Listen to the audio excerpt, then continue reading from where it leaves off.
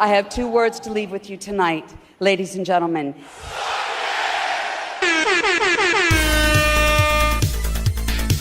This is insane, you guys. Yo, this is sexy, man. Broadcasting live from the internet, it's Tuesday night, and this is the PanelsOnPages.com podcast with your host, Lee Rodriguez. At the end of the day, babies are terrible people, and I'm not sorry for saying it. Jason Knize. Motherfucker, I won best costume. Jose Guzman. Yeah, I know nothing about Firestorm except for his hat's always burning. And Kelly Harris. Boy, love, it appears we got a penis in the mail. I glued my fucking eyes shut! I just want to see all these Yelp reviews of Jose's jizz. Oh, sorry, I knocked over the salt. Like you had anything better to do.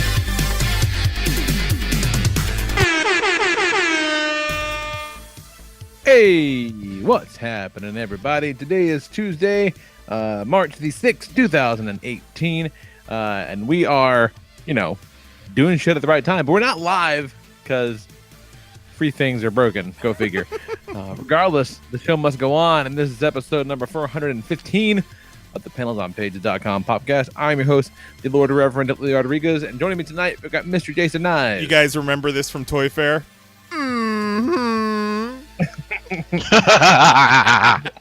Kelly Harris. Try and tell people you're drinking pineapple juice and not sound like a pervert. And conspicuous by his absence is one Mr. Jose Guzman, who sent a message to us this morning saying, hey, still in New York, not going to make the show tonight, as if something went wrong and he didn't know he was going to be in New York on Tuesday. Like, my immediate reaction, oh shit, did you get stuck? I was like, nah, not coming home until tomorrow. Like, okay.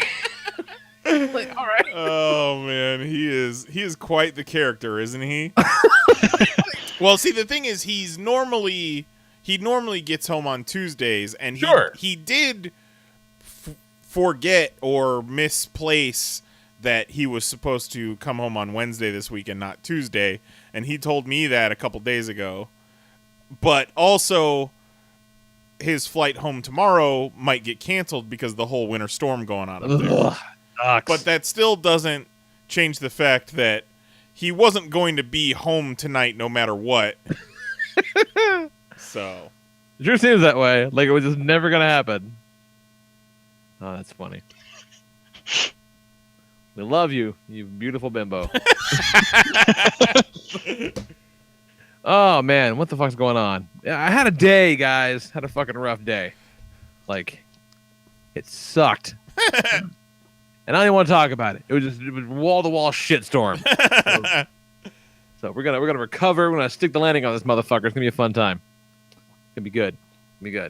What the fuck's happening this week? Fell behind on some TVs, and so as a result, last week Zoe and I watched back to back 4 nights in a row episodes of Kamen Rider Build, which was that sounds so good. It was kind of great. Like doing one a day, that was kind of awesome. Actually, we had a fucking rad time. And man, what a fucking fun show that is. Like, it occurred to me that I hadn't seen like a new monster in a very long time. They've been just fucking around with like the characters as opposed to disposable monsters of the week for a while, and that's been very interesting. Like, pathos when people are dying and shit. Like, it's a fucking well-crafted show. And I thought Zoe was going to lose her goddamn mind when the evil rider got revealed. No spoilers in case you're not caught up, Kelly. But man, I don't think I'm that far. Wait, which one? The Kamen Rider Rogue, they call him. Oh shit, I don't even know who that is. Exactly, yeah. Okay, never mind. Yeah, I'm so far behind. Yeah, it was a big moment, and Zoe lost her goddamn mind. She's super into it, which is great because it's nice to see her into like a long form narrative. It's like, yeah, build that attention span. I appreciate it. Prove you got it. And then, not to be outclassed, the lady and I went balls deep several days in a row, and we are one episode away from being caught up on the Riverdales. We watched So a good. lot of Riverdale. Like, Nicole is not super on board with the Riverdale. I think she watches it very begrudgingly. What? How can you watch that show begrudgingly? It's so good. I don't know. it is wonderfully ridiculous trash. Like it is so dumb, and no one behaves in a way that a person would ever behave, and I love it. No. I love it so much. Like everything everyone does is just stupid. Are you pretty well caught up on it? I'm all caught up. Okay, like the last one we saw was like suddenly, Betty's adopted brother, who not adopted, the brother that her parents gave up for adoption, is now living with them, and like suddenly some dude shows up and bad shit happens. Cut away, cuts back to later. Betty walks home and her mom's just like laying over a dead body. She's like, "Lock the fucking door, bitch." That's how the episode ends. Like, oh, this show is the best. Like that part, and the moment when he gets stabbed with a fork in a dirty hallway was probably my favorite moment of the whole season. And Betty's suck ass dad just like, look, if he's here, I'm not gonna be here. And like, fucking Hal sucks. Hal's the worst. I love that you have like the world's worst TV dad coupled next to Luke Perry as like world's best TV dad, like in the same show. And all just the crazy ultra melodramatic gang shit is so dumb. Like all these attractive white people, the rough and tumble side of the streets. I'm like, okay, whatever. Fucking Riverdale. Riverdale is Sons of Anarchy now. Yeah. It's just sexier Sons of Anarchy. It's like, hey, did you ever watch Sons of Anarchy and think, man, I wish everyone was an attractive teen? And every once in a while, Riverdale's one of the them will show do for you. something just sexual enough to make you uncomfortable watching it. Yeah. It's like, oh man, like apropos of nothing, a few episodes back, Betty starts pole dancing like in her negligee, and I'm like, oh, Yeah, she does. like this came out of nowhere. And like I know that actress is probably like 22, but in the show she's like 17. This is creepy. Yeah, see, that's how I just rationalize it to myself, where I'm like, they're really of age in real life. Oh, yeah, for sure. So this is all right. And to be fair, Kelly's not as far away from their character's age as you might be, Lee. Yeah, or especially I might be. So it's not as weird for someone like Kelly. Yeah. I was like, yeah, it's okay. I'm allowed to like this. Yeah. Not quite enough to binge yet, but Ash vs. Evil Dead is back for season 3 on Starz, and it's fucking delightful. Good for that show getting a third season. I know. I wasn't sure at the end of the last one because it kind of wrapped it up in a neat bow as if they weren't sure either. But it's so over the top and dumb and like just cartoonishly violent and bloody. Like it's insane how bloody it is. Like in fact, the title card for the show is inevitably like something happens and there's a huge splatter of blood that goes to the camera and it rolls down to reveal the logo. Like so you know that in the first 2 minutes of the show, someone's gonna get their head blown up. Like that's how the show starts every single week. It's great. And Bruce Campbell is just like, as much as he normally hams shit up, he's hamming it up to like the nth degree in the show. He's having a fucking blast. And it's obvious. It's very cool. It's fun. It's the kind of shit you can do when you're on Stars. Exactly. Yeah. Yeah. Right. The fuck. What else? We had some impromptu kid free time on Sunday. Mom just showed up and took the kids away for a couple hours. I nearly shit her pants. I was so shocked because that shit just don't happen. But so we ended up just like, hey, want to go out? No, let's not go out. Let's fucking enjoy each other's company at our house by our goddamn selves. And so we built Legos and shit, and it was wonderful. And 6 hours in, I'm maybe like, I don't know, 5% done on this goddamn Technodrome. It's only going to get easier as like I eliminate pieces, because that's the problem. Is that I think I talked about it before. There were no numbered bags, so Sure. it's just like all fucking. I have 4,000 pieces, in various Tupperware bins that I've tried to, or little plastic bins that I've tried to organize in a way that makes some kind of sense. Kind of, at least the way that they were bagged, thinking there was some logic to the way that they were bagged. And that's not always the case. So every once in a while, I was like, this step needs 2 single studs. Fuck you. Go find them. Fuck. Just dig. I mean, So, what would that have been so difficult for them to help a brother out? Like, it's like they went out of their way to make it as unfun as possible. Well, maybe that's why it was in a fucking dollar bin at Ross. It's like, look, it's going to be really cool when it's done. So let's make it as painful as possible to get there. That is the karmic trade-off of having this rad Technodrome. It just got to suck balls. Also, one of these pieces has herpes on it. Yeah. Better not suck on any of them. Keep it away from your baby. The lady finished her Ferris wheel, and it's fucking dope. Yeah, that thing is huge. It's really, and it's got it's one of the most intricate things she's ever done. So it's got all these cranks and gears, whatever. So you turn the crank and the fucking wheel spins. Could we stick a GoPro on it? Probably. Why not? These are the things I think about now. Yeah. You can buy the little motors to motorize it. It's like $7 from Lego stores. You put batteries in it, it'll just spin for you. Like, Nicole said, that'll be our party trick. I said, yeah, why not? Fuck it. And last thing we'll talk about is nothing directly related to me, but I saw it at work the other day, and I about lost my goddamn mind. Uh-oh. Is this chick had on her desk like a little inspirational meme or some shit she'd printed out, whatever. Like, it clearly wasn't a poster, it was something she printed out on a fucking inkjet printer, whatever. But it's like a little graphic, Hang in there, baby. It's got close.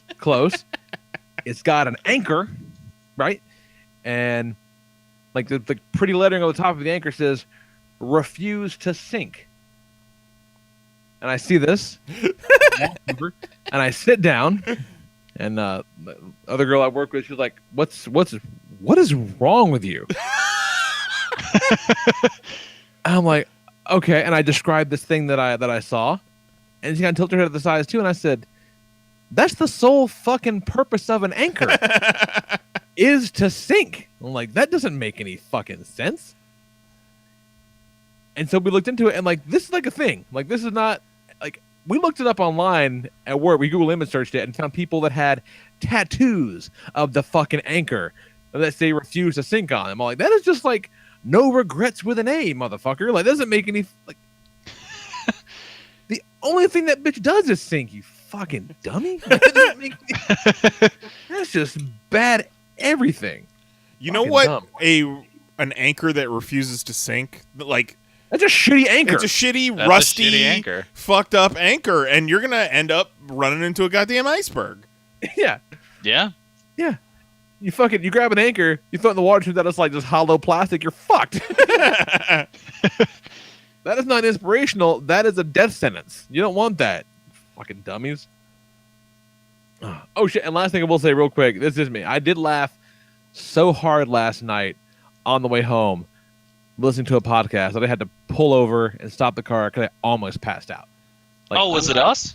I laughed. It was dumb. I was kind of weak from jiu-jitsu, so I wasn't at my best, but I laughed so hard that the fucking sides came in. It was so dumb. And it was the Boogie Monster podcast. Shout out Boogie Monster. Good times. It's Cal Kinane and Dave Stone's podcast. Oh. And they just went on a little tangent about how funny it would be to see a crazy death metal band with the face paint up and all that shit, a black metal band that was from Georgia, just a bunch of good old boys. And it was at one point where the guys were yeah, this next one's called Rigor Mortis Lullaby. We're gonna play it for you. And it's not a great joke, but I lost my fucking mind at the idea of some guy going, this was called Rigor Mortis Lullaby. What's next? This is a skull full of maggots. It's funny because it's not true. Yeah, that's all I got. What's up, Kelly? Nothing much. I downloaded this app for my phone that helps you catalog all of your comics. It's called Grinder. Yeah. And it helps me find like the hard to find comics. You know, the really hard comics. I think And you jerk them off. But so I've been cataloging my whole comic collection, and it is certainly a project. Thought about doing that, and like I know dudes that have like catalog spreadsheets, whatever, with all their toys and shit. And I thought about it, but it's just such a daunting fucking task. Do you still bring comic books home, Kelly? Oh God, yeah. Good answer. Yeah, no, fuck yeah. I still have a lot to go through and scan, and because you can do the barcode scanner or you can manually enter them. I'm currently at 2,382 books. Whoa! Across 357 different series. But yeah, the app is called CLZ Comics. The cool thing is you get your first you can enter in 100 items and see how you like it, and then after that it's $15 with unlimited storage. And I've gotten my use out of it. I'm actually kind of enjoying putting this all in because it's nice. Because now I've already found a couple things that I actually had twice. So that's kind of why I'm doing this, because I realize I've been starting to buy shit more than once. Because I have 6 small boxes full of books I haven't even read yet. Jesus.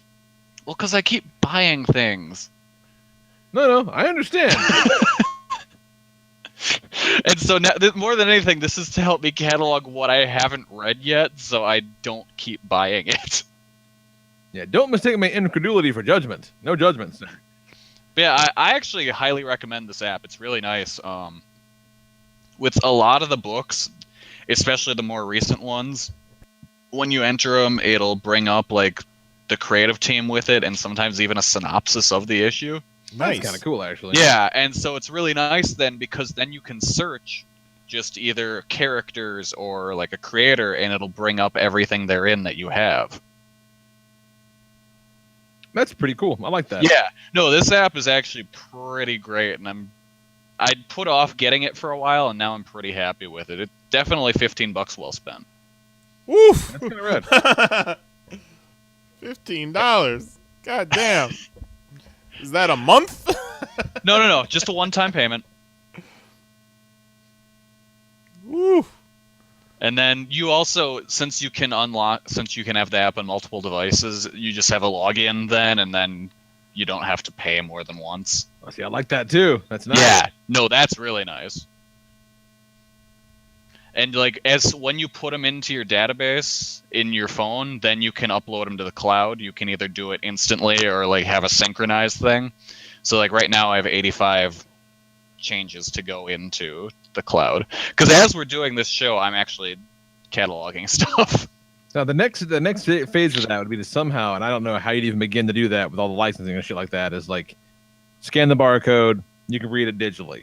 Like that would be That'd be nice. That's the dream right there. Yeah. Yeah, I still have to go through and find like stuff I've got in singles that I also have in trade and get rid of the singles. Yeah, no, I'm also doing that, where now I'm going through every now and then I realize I'm like, wait a minute, I have this in trade. Why do I still have this single issue? Yeah, and I know I've got some of that. And Yeah. I sold those a bunch of Civil War books a couple years ago and made a pretty good chunk of change. Nice. Yeah. Just looking across the way, I'm like, I know you. I'm looking at a bookcase right now, going, what the fuck is downstairs? You're down there. You're down there. Like, I know I got stuff. And I guess you can also put like scan in trades and stuff too, which I haven't gotten around to doing that yet.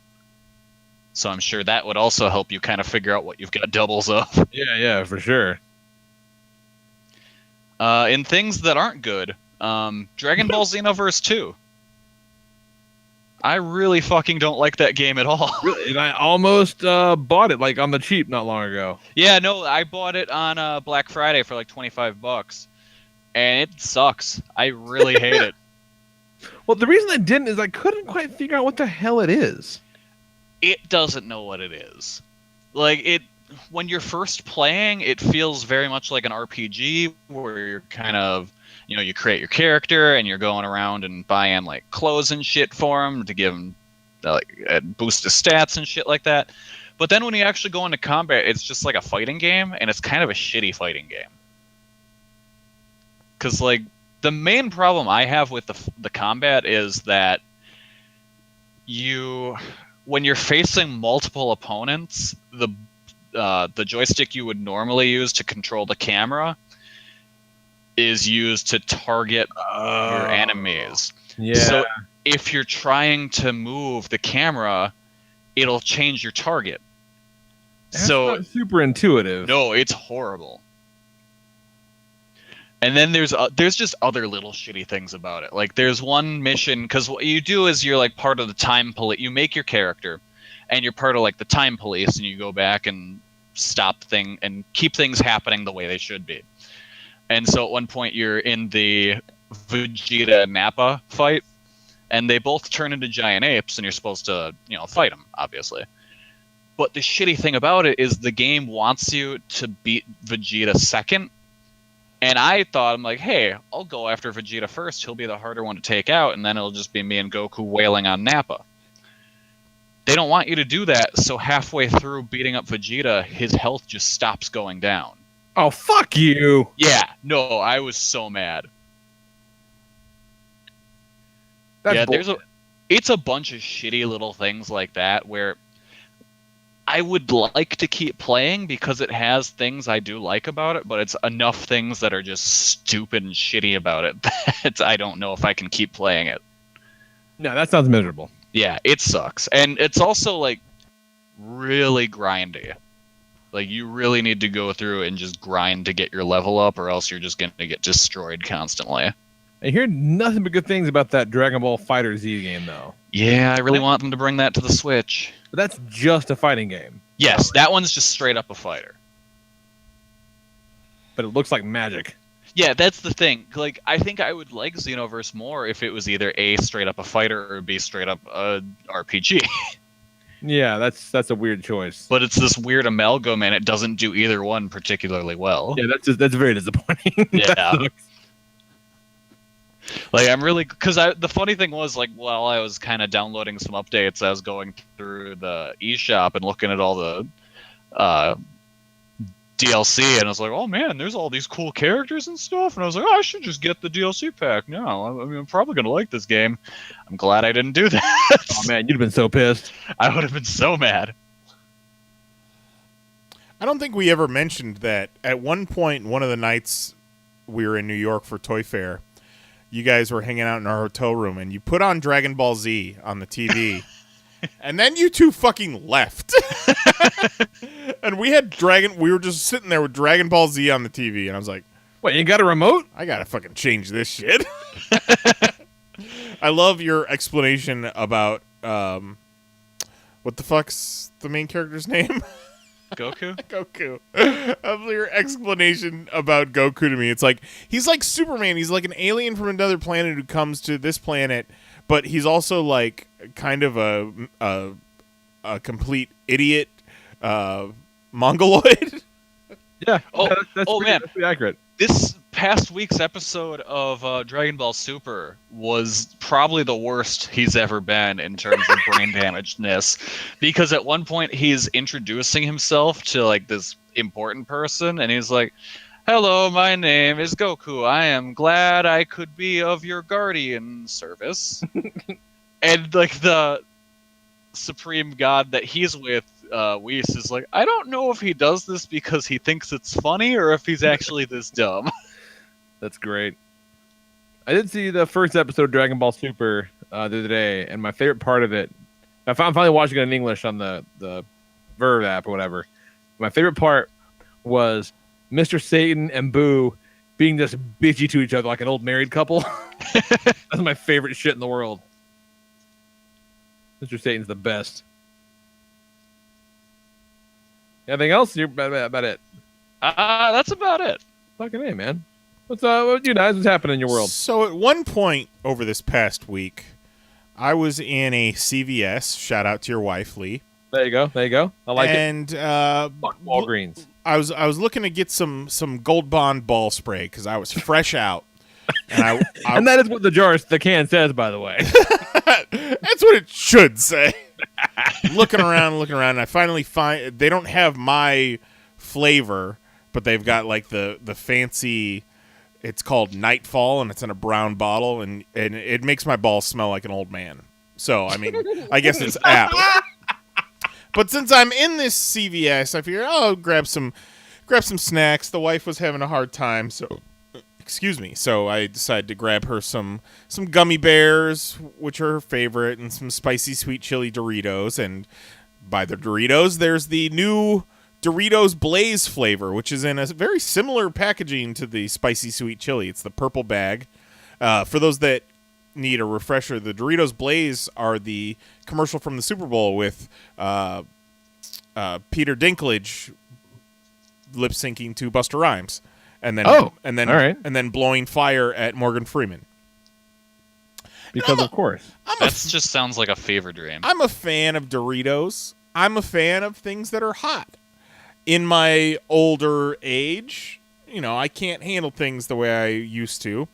So I took these Doritos Blaze home, got through about half of this single-serving bag, and decided, nope, these are not for me. And then the rest of the night, I was in physical discomfort. I cannot fucking imagine, because this motherfucker puts on Twitter about how, Doritos Blaze are not for anyone over the age of 25, and I'm like, well, challenge accepted, motherfucker. Exactly. The complete opposite of what I intended. You said, oh, I'm going to go buy some right now. Zero is like, I don't like spicy things, but now I have to try them. Juan was like, oh, I'm getting some right now. Like, what the? You guys, I'm trying to help. Okay, let's put this in perspective here. I only ate half a bag of chips. When has that ever happened in the history of time and space? I hear you. And, they're not, painfully hot. They don't taste good enough for the heat to be worth it, I feel. Yeah, I thought they were kind of a nice smoky flavor. Yeah, this motherfucker right here, I tweet that, and I feel like he ran right out to the store, bought some, took a picture of them in his car, and immediately ate the entire bag, and then took a picture of the empty bag. That's not inaccurate. It was cheat day. We were going out. So hey, on the way out to the store, let's fucking stop at this gas station. Need some Blaze chips. I want to see if Knize is a bitch or not. I mean, yeah, a little bit, I guess. And then poor Mary's like, I had half a chip and tapped the fuck out. Right? I was all excited. I'm like, fuck yeah, let's do this. And then I had one. I was like, oh. At first they're not super hot. They have an all right smoky flavor at first. It's after 2 or 3 where it gets burny. And then 3 hours later, when you're tossing and turning and can't sleep, that's when the chips really kick in. Oh god damn, sir. And they're just not. They don't taste like spicy sweet chili Doritos. I can only have few and far between these days too, because those will also mess me up. I actually like those. I'm not a spicy guy fan, but those are good. Oh, they're delicious. Yeah, I definitely prefer the spicy sweet chili over the other for sure. Exactly. It's better. Exactly. Yeah, they're better. That's more my point is if you're going for some spicy Doritos, those definitely have a better flavor. Yeah, 1,000%. They're not as hot, but they're still hot, but with also giving you that spicy sweet flavor. Yeah. Definitely don't argue that with you for sure. So, I tried to do a public service to those that follow me on Twitter, and it just backfired. I'm fucking telling you what to do. I didn't try and tell you. I'm just saying I'm not recommending.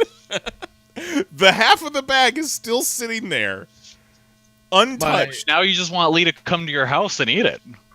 My brother went to New Orleans with his now ex-wife a few years ago, and came back and is like, "Hey, we brought gifts and shit." And he's like, "Hey, brought this salsa. Let's fucking we had it in there. It's really good. It's also it's have some of the salsa, man."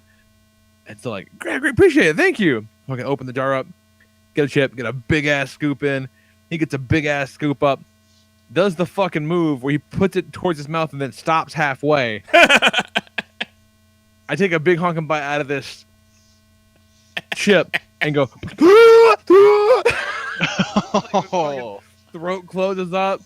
I'm fucking coughing. Like my nose starts running immediately. I blow my nose. There's blood in my snot. I'm like, oh what fuck! the fuck are you doing? He goes, "Oh man, same shit happened to me 4 days ago. Isn't it the fucking worst?" And I'm like, you son of a bitch! What a bro! What a great bro! He straight the fuck up got me. It was awful. That sounds so bad. Oh, it was like the worst shit I've ever put in my mouth. It was terrible. So, man's got his limits for sure, but that was fucking next level. But to counteract the Blaze chips, Mary's dad and stepmom were going to be in state this past weekend. Oh, yeah. What? So jealous.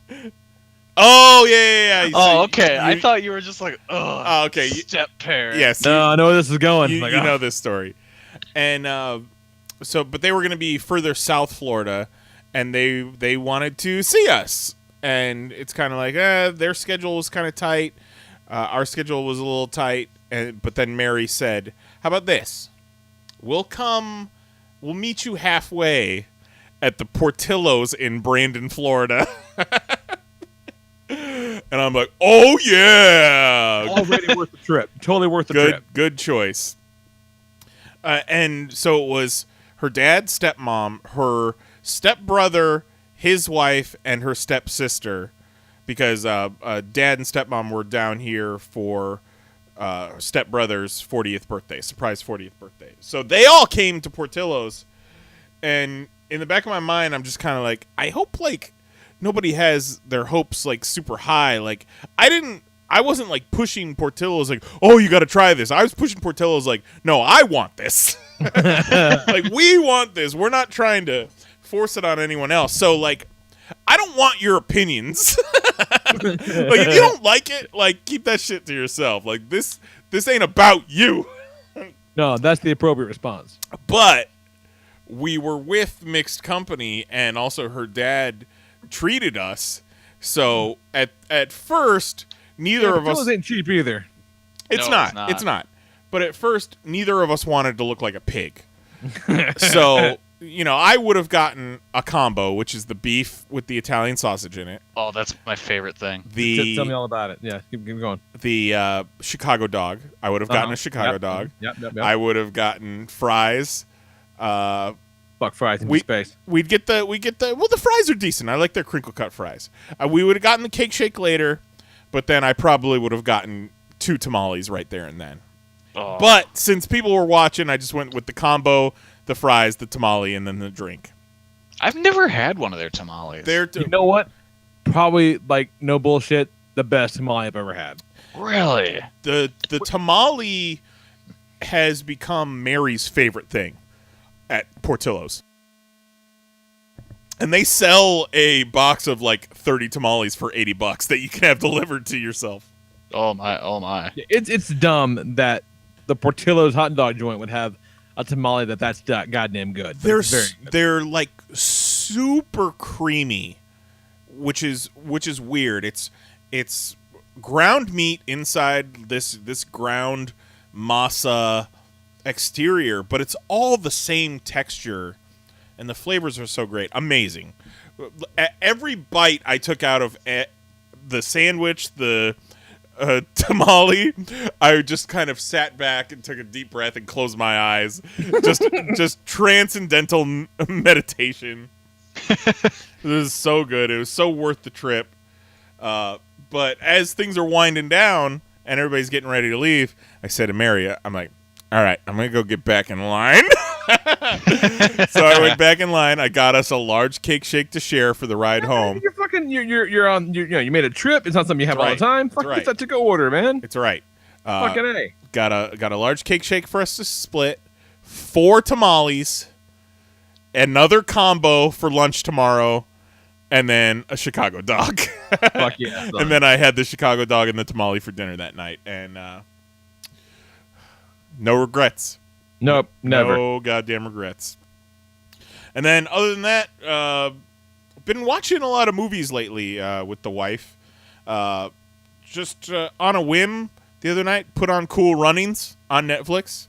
All right. Well, we've both seen it, and it's, Winter Olympics time. So said, fuck it, put on Cool Runnings. It's...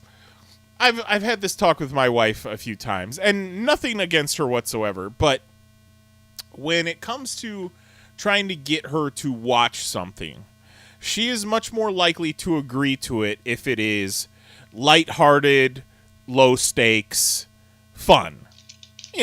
Disney, comedy, shit like that. Like, she's not big on watching heavy dramas in the middle of the day on a Saturday because she doesn't want something to bring her down, which I can get. do that. No, that's understandable. So putting on something like Cool Runnings, even though we just kind of have it on in the background, it's a fucking delightful film, and it still holds up some 20 years later. Also on Netflix, Tu Wong Fu, Thanks for Everything, Julie Newmar. We've been meaning to watch that again. I have not seen that in a very, very long time. Holy shit. That one is a little dated. I imagine it. Yeah. But man, Wesley Snipes is straight up charcoal in that movie. Charcoal. And you notice it more because he's got all the flashy makeup and clothes on. All the colors he's wearing. Oh my God. He is blacker than black. God bless him. God bless his soul. Darkness. And then, did we ever talk about Brigsby Bear? I don't think so. I watched Brigsby Bear on the way home from one of our trips on the flight. And Brigsby Bear is dude from SNL. Shit, I am blanking on his name right now. He's essentially the successor to Andy Samberg. Kenan Thompson. Kyle Mooney. He's SNL's weirdo guy right now. And Brigsby Bear, I watched this on the plane. I loved it, and I downloaded it and then watched it with the wife this weekend. I wasn't sure if she liked it or not until we started talking about it on the way from Portillo's, and she absolutely loved it. I don't want to spoil too much for you, but Brigsby Bear is about this dude, played by Kyle Mooney, who is a huge fan of this. Go ahead. Poster is a nightmare. Yeah. He's a huge fan of this TV show character, or this TV show called Brigsby Bear. And Brigsby Bear is kind of like a Teddy Ruxpin type, mascot bear costume with the moving mouth. And that's as far as I'm going to go into it. The cast is great. Mark Hamill, Greg Kinnear, Michaela Watkins, Andy Samberg's in it, Claire Danes. But it is for us, like 80s kids that are very nostalgic, or if you're big into movies or making movies, this is right up your alley. And I would say go into it feet first, with no expectations, and by the end of it, you'll really dig it. It's definitely got an indie movie feel to it, but I would highly recommend it. Unlike Doritos Blaze Chips. All right. And I'm going to look into that. And I watched The Godfather all the way through for the first time on Netflix. Never watched Godfather all the way through. Never once. Yeah, I've never seen that either. I Sounds like a movie night. I was in the room. Oh no, that motherfucker is 3 hours long. I know I was in the room when my parents watched it as a kid, but I never sat down and paid attention to it all the way through. I may have seen the whole thing in chunks. Sure. But just never at once, yeah. And it's funny, I've grown up with Godfather being a part of pop culture, so I know a bunch of story beats and lines and famous scenes and so on and so forth, but I wasn't sure when they happened, either in this one or in Godfather Part 2. And then, like, man, those Corleones, they get fucked up in that movie. They do not have a good time. If your last name is Corleone in The Godfather 1, you do not have a good time at all. So, and that's about it. That's about it for my week. Fucking A. All right. Well, Movies. guess there's nothing else to do except go to the fucking mailbag. Uh-oh. Look at all this fan mail. Don't let shit get real. It's that time again. We're up to PoP actual fantasy football is upon us. And so Zero writes in to popcast at PanelsOnPages.com. He says, how's it going, population? We had more than 16 teams drafted within 24 hours of going live last week. Thanks, everybody. That's super cool. That is so great. Thanks. That's at least 9 people participating. And ended up having some extra marble teams. So, instead of randomly removing some from the tournament, we're going to have a couple of preliminary matches. All 4 of these teams are chosen by a random number generator. The winners from each match will go on to the bracket proper and compete in the round of 16. So, the first preliminary match is Vetter's Jedi-ish Mind Trick.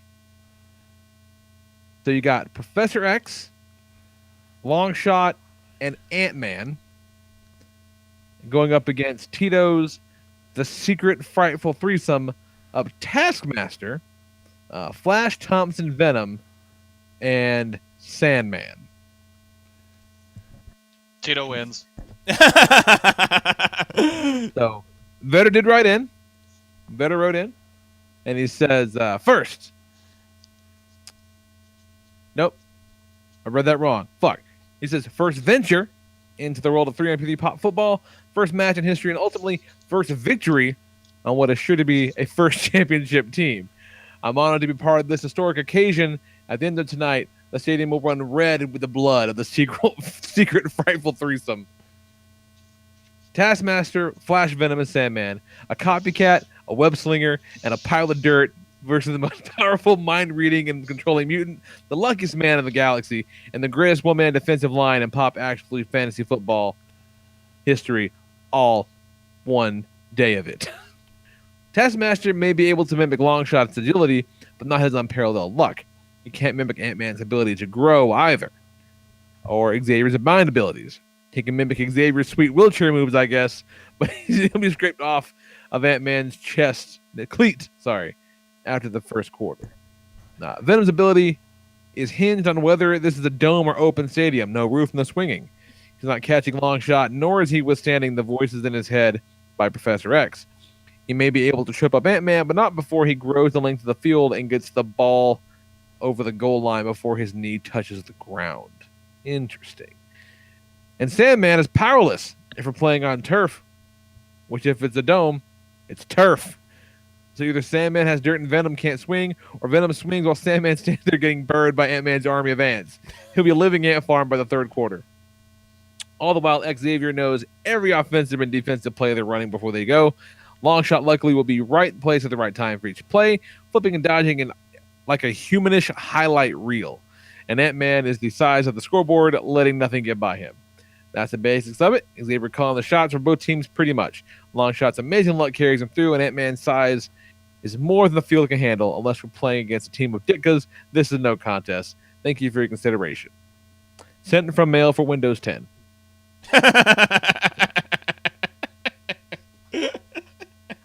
All right. I like, first off, let me just say, I appreciate straight up cutting a promo in your email. I'm all about that. Yeah. Love that. Did Tito not send in?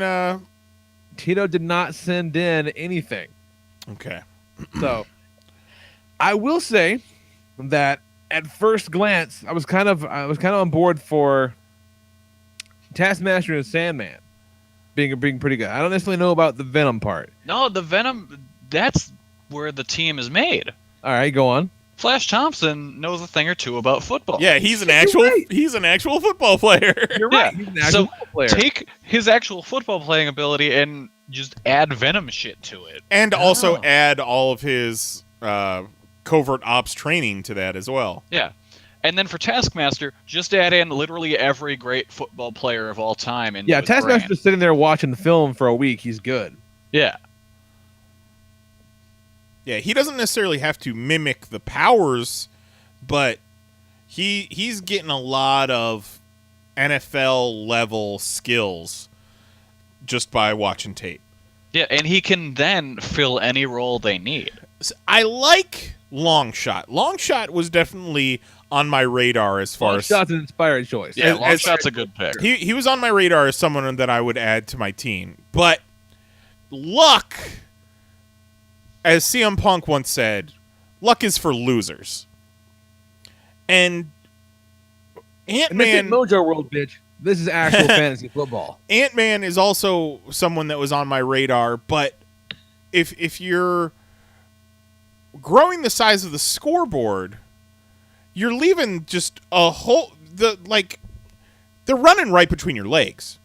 Yeah. As you've seen in, like, Civil War, when Ant-Man grows to Giant Man... He gets slow. Yes, he really, moves. Really slow. He moves much slower compared to the regular-sized people on the ground. But especially say a Venom, perhaps. The ability to grow big, small, and control the ants is a benefit. Now, Professor X is... And here's the thing about Professor X, okay? No, I don't want to cut you off, but here's this thing, okay? In the rules published by our beloved Commissioner Zero, right, he says... all regular football rules apply, and characters can use their powers so long as they don't break the rules while doing so. Right. And it's like basically reading the other team's playbook every time. Is that not just flat the fuck out cheating? Oh, yeah. I didn't even think about that. I would almost be willing to be like, yeah, he could even maybe like, trip him up or some shit like that with his mind, or like maybe, even suggest that they... fucking fuck off and do something else. But I think just anticipating the plays like that, I think that's just flat the fuck out cheating. I don't like it. It is very New England Patriots. I don't know what that means, but okay. Well, because they were videotaping their opponents during practice. Oh, that's bullshit. Yeah, and that fucking sucks. Yeah, it does. The Patriots and Belichick are known for their cheating. That's bullshit. I mean, if we go back to actual fantasy basketball, to be fair, I believe the rules have been a little bit better spelled out after. Right. But fantasy basketball, even without the rules being spelled out for fantasy basketball, the Fantastic Three lost on the basis that Invisible Woman shouldn't be able to get Green Lantern's ring before tip-off. Yes. So, and then for fantasy football, we've got Uatu, Dr. Manhattan, and who was the third referee that are all watching, all knowing? Metron. Metron, yeah. So, I can agree with the argument that Professor X reading their plays or knowing what they're going to do. But see, okay. See, that's tough. See, there's stratagem and there's anticipation, right? That's fucking great. That's fine. You got Flash for that. But actually peering into your opponent's mind to know what they're going to do, that's just bad sportsmanship. My bigger issue is, who's the quarterback? Is Professor X the quarterback? I think he has to be. He's going to get fucking splattered. Yeah. So is Professor X just limited to telekinesis? Right, and in that case, you have Longshot, Ant-Man, and a paraplegic, which is not the foundation of what I'm going to call an A-plus team. See, and I might be spoiling things for my team here a little bit. Professor X works better on the sidelines as a coach. Yes. Yeah. Not necessarily peeking at the other team's plays, but communicating with his team and maybe coordinating. Fucking, calming down his boys, Yeah, so helping them kind of stay level-headed, shit like that. Readjusting the game plan need be. Yeah. It's better than Like, having. honestly, Professor X would be perfect to be on a team with a Madrox. Like if this team would have swapped Ant-Man for Madrox, they would have been a force. So but I instead- feel like Madrox, you would be dealing with too many men on the field. True, but you could also just do I guess. But the logic could be made that they're all the same person. Yeah. That's some gray area. I don't know. Hey man, like people were real sticklers for the rules last season. I'm just trying to. Well, let's cross that bridge when we get to it. If we do. I'm just saying. But against the real human highlight reel of Taskmaster, a legit star quarterback with superpowers. And just because if there's no dome, Venom isn't useless. Like, Venom's powers aren't relegated to being able to web sling. No, he's fucking strong. He's fast. He can go invisible. Yeah. And like I said, he's a goddamn star quarterback. And Sandman doesn't need, like, Turf doesn't fuck with Sandman because, like, his He is sand. he is sand. Yeah, they're like he creates it on his own. It's all synthetic and shit. Like, it's not even a real sand anymore. I don't think. I think he would benefit from a real dirt and grass turf to be able to move through it. Yes, But having it be turf does not necessarily discount Sandman because he can still shapeshift. He can, spread out. He can the get argument huge. Could definitely be made that Sandman makes a wall. Sure, maybe Giant Man can step over that wall, but while his big ass is lumbering his foot around there, Venom's gonna trip him up. Yeah, he's gonna step in a whole bunch of Venom goo. Yeah. Yes. There you go, right there. As far as the web slinging goes, Yeah. Venom Just could be shoot web it all slinging over the ground. He could be web slinging all over Ant-Man. Yeah, he's gonna Spider-Man Ant-Man's feet. Yeah. So I think I got to give this one to the Secret Frightful Threesome.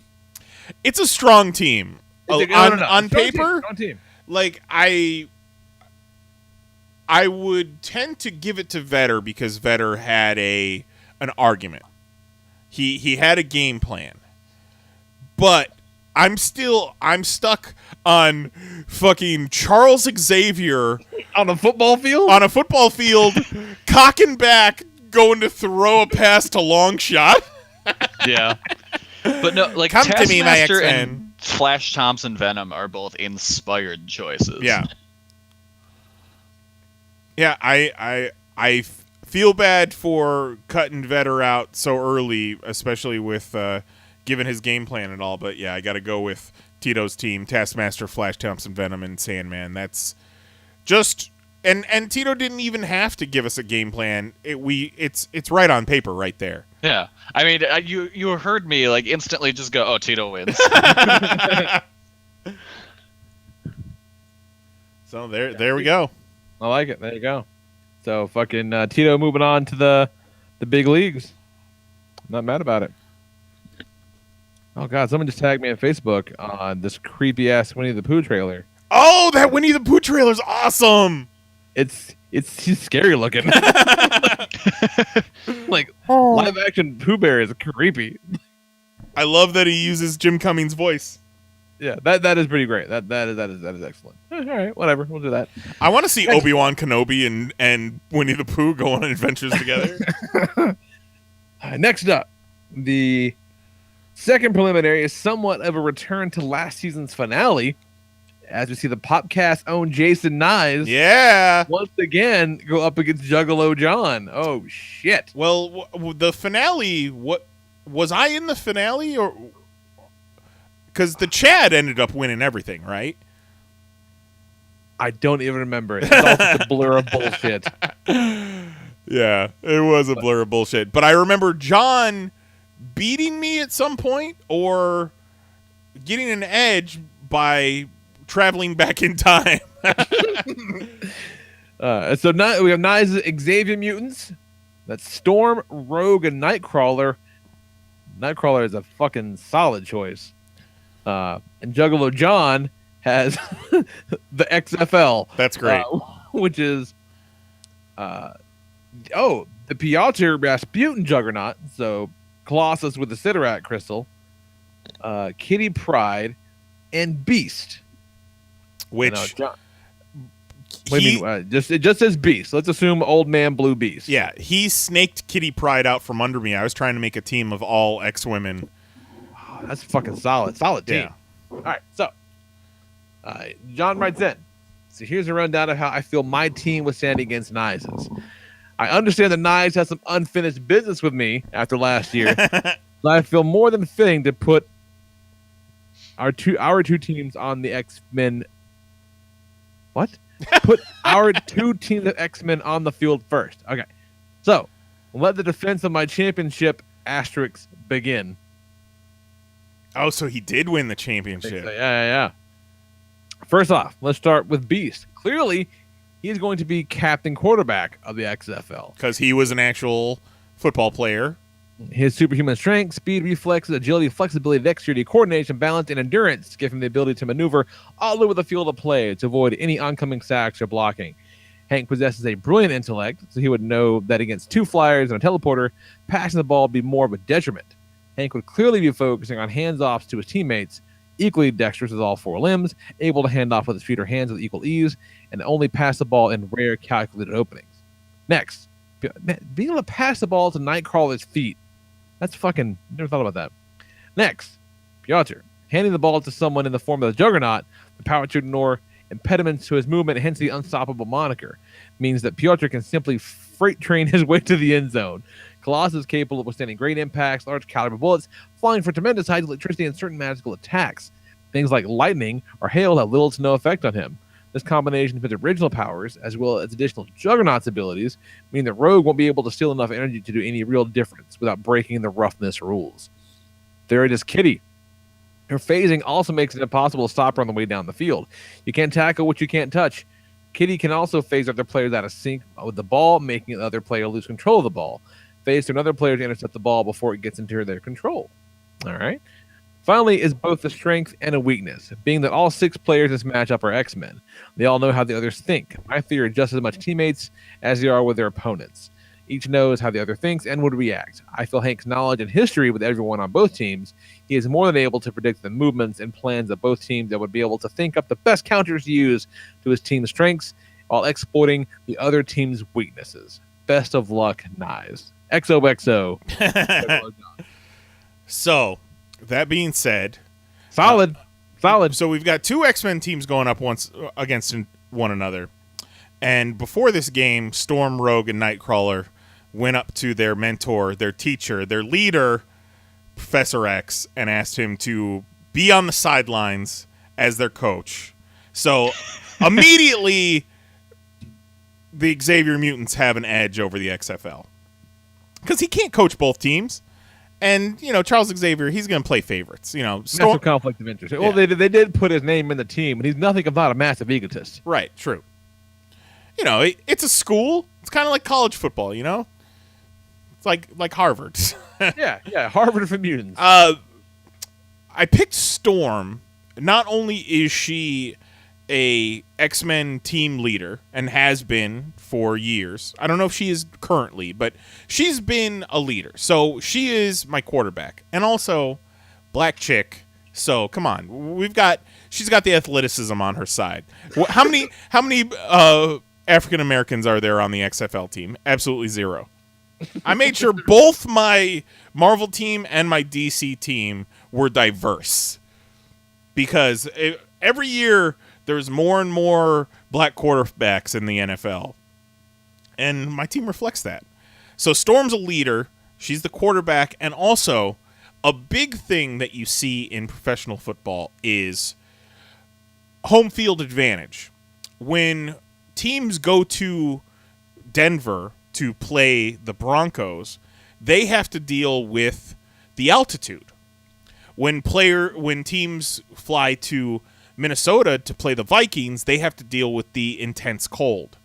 So Storm's weather abilities are a big part of my team and screwing with the other team's comfort levels and abilities.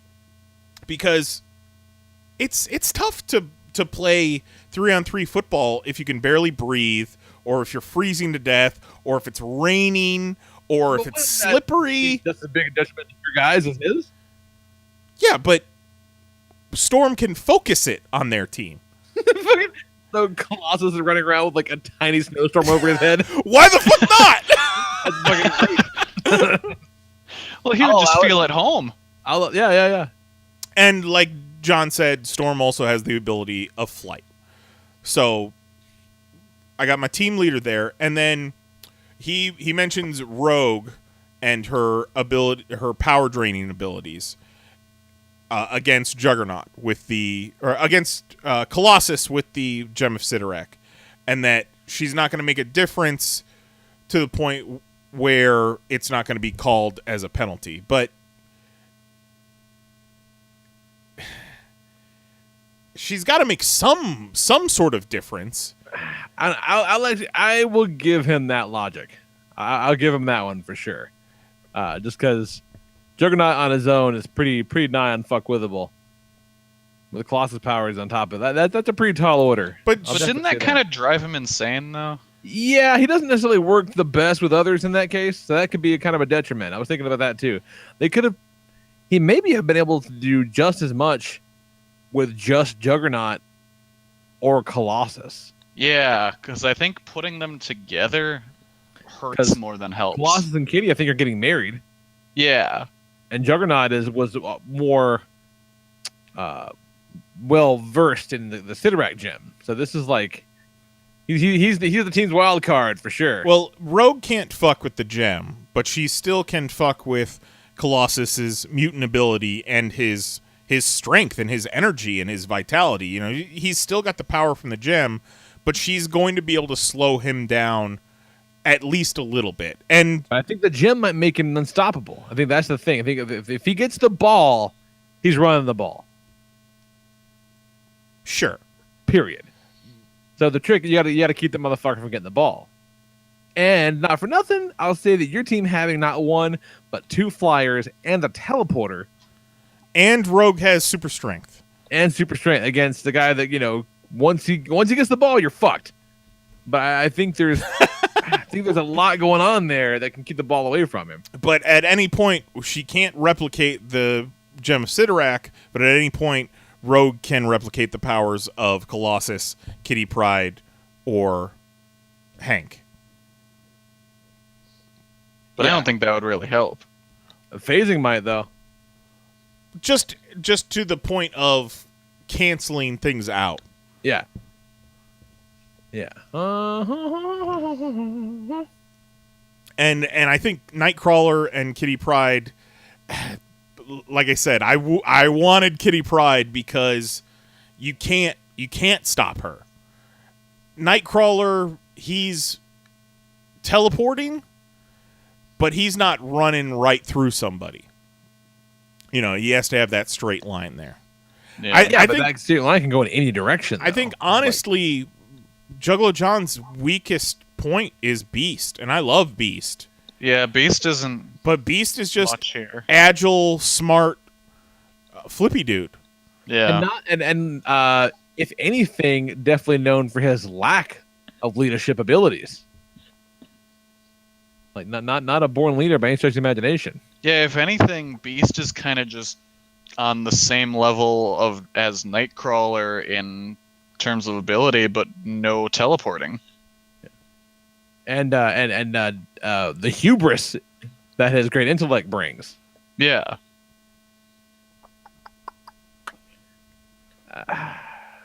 It's a good team, I think. But I think either Colossus or Juggernaut would have been a better pick than the combo. Kitty's great. That's a damn solid pick. But I got to go to the Xavier Mutants. Final answer. Yeah, I think I have to too. I agree. I can hear your smile audibly from where you are. And you know what? I would have taken the L on this one too, because the argument for it's good. The Gem of Sidorak, I can't really fuck with, but I'm trying every which way to play both ways football here, offense and defense. Yeah, I think offensively, Juggernaut's it's a real problem. Actually, really, I think offensively, his whole team's a problem. Sure, but there's not a whole lot they got on the defense, and yeah, man, it's all you. Oh. It's not a blowout, but it's all you for sure. Not by any means. So, I just realized I think the internet ate my Marvel team. Oh no! Because I don't see it here. Was it there previously? I thought I had submitted it. Oh shit! Z posted the brackets. Oh shit! Lee versus Knize. Coming for you, fucker. No. Because my stupid DC team is going to be out in the first round. But my Marvel team, I thought actually had kind of a chance. Who was your Marvel team? It was the Superior Foes. It was Boomerang, Speed Demon, and Beetle. Huh. I don't remember seeing them. Huh. Maybe I just didn't hit enter or something. Well, I could swear I did. Nice, you and I are going together, both our teams in the first round. Oh shit! Is that a definite? Yeah, the DC side was already me and you. Oh, yep. And the Marvel side was me versus to be determined. Fuck. So. Oh shit, son! I do really appreciate Juggalo John's team name. The XFL is great, and I think since this was the preliminary, I should be able to take Kitty Pryde as an alternate.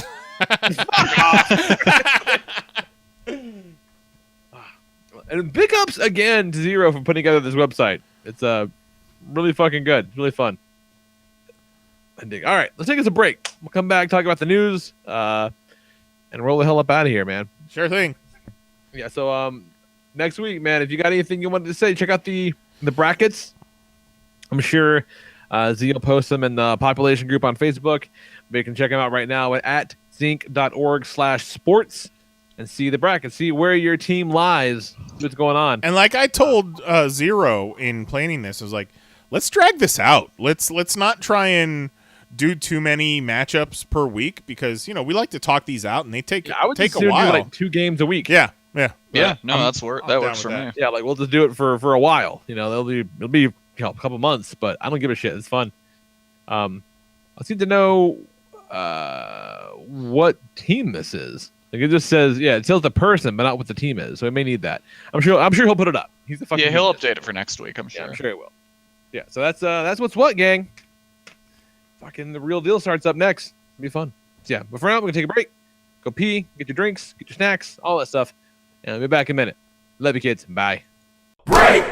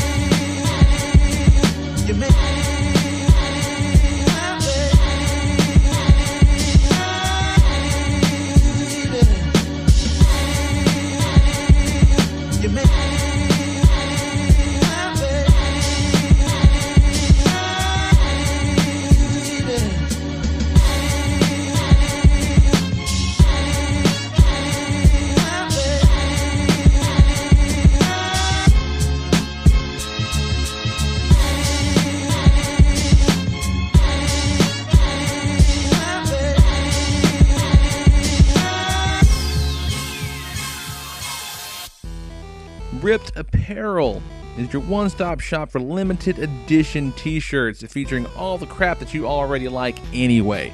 Every day you're going to see 3 new limited edition designs available only for 24 hours. That's just a single day. After that, they're gone forever. And best yet, if you want to check them out, buy a little something, they're going to throw a little kickback to us, your folks, your friends here at the Popcast. So go to PanelsOnPages.com, click that banner at the top of the page, or on the sidebar at pcn.panelsonpages.com, or you can just update your bookmark, check it on your phone every single morning. That's what I do. Ripped, that's RIPT.panelsonpages.com. T-shirts start at just $10 and they'll kick us a little something every time. Help us keep the lights on, help us keep the podcast going, help us keep the site up, and gets you a pretty cool t-shirt, man. Cool swag, cool shirts, good people, good deals from your favorite podcast. So check it out. Ripped.panelsonpages.com. 24-hour limited edition t-shirts that are pretty damn awesome. Check it out. And now back to your regularly scheduled podcast.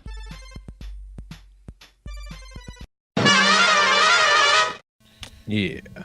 Yes, keep an eye out on the population group on Facebook. We'll have the actual matchups for next week up as soon as we got them. And then email us popcast@panelsonpages.com. What the fuck you think might happen? Yeah, and then we'll poke holes in it. Yeah, and don't think you can skate by like Tito did. You know, not sending in your arguments isn't going to work every week. Don't expect us to do your work for you, is what I'm saying. Right? You're goddamn right. Gotta participate, man. Nah, makes it fun. Tito's been busy, but he's been so fucking busy. So goddamn busy. But he also put together a pretty airtight team that speaks for itself. Yeah, that definitely helped. I'm a sucker for the Taskmaster. Yeah. Oh my god, if we do a new intro anytime soon. Kelly Harris, I'm a sucker for the Taskmaster. Hey, it's true. It's true. All right, some news. I wrote headlines this week. Hey, all right. Yeah, let's do it. We'll do it live. Okay. Do it live. I'll write it and we'll do it live. Fuck it. In 5, 4, 3. This is the Pop Top 6-Pack of News for March 6th, 2018. Fucking thing sucks. Speaking of which, March 6th, it's our 9th anniversary of PanelsOnPages.com. Hey, look at that. Hey. Look at that. So, first story. Amid the cancellation of Comic-Con appearances due to pneumonia, Stan Lee is embroiled in controversy involving his longtime manager Max and a private nurse. Voicing their support of Max have been many level-headed, unbiased, totally nice and polite names, such as Peter David, Neil Adams, J. Scott Campbell, and Jason David Frank. The real tragedy of all of this, though, is having to imagine Stan Lee reaching orgasm. Aww. Marvel, Excelsior! Marvel, averse to any events or renumbering stunts, will once again reboot their line with Fresh Start, which is not, as I have learned, an initiative to reincorporate serial harassers into comic books. Oh. Infinity War has moved its domestic release 1 week earlier to April 27th, coinciding with its global release, ensuring it will break box office records around the world that are not the blackest movie experience of all time. Kevin Smith suffered from a massive heart attack late last month, prompting many in his inner circle to plead with him to take it easy, maybe do one less podcast a month.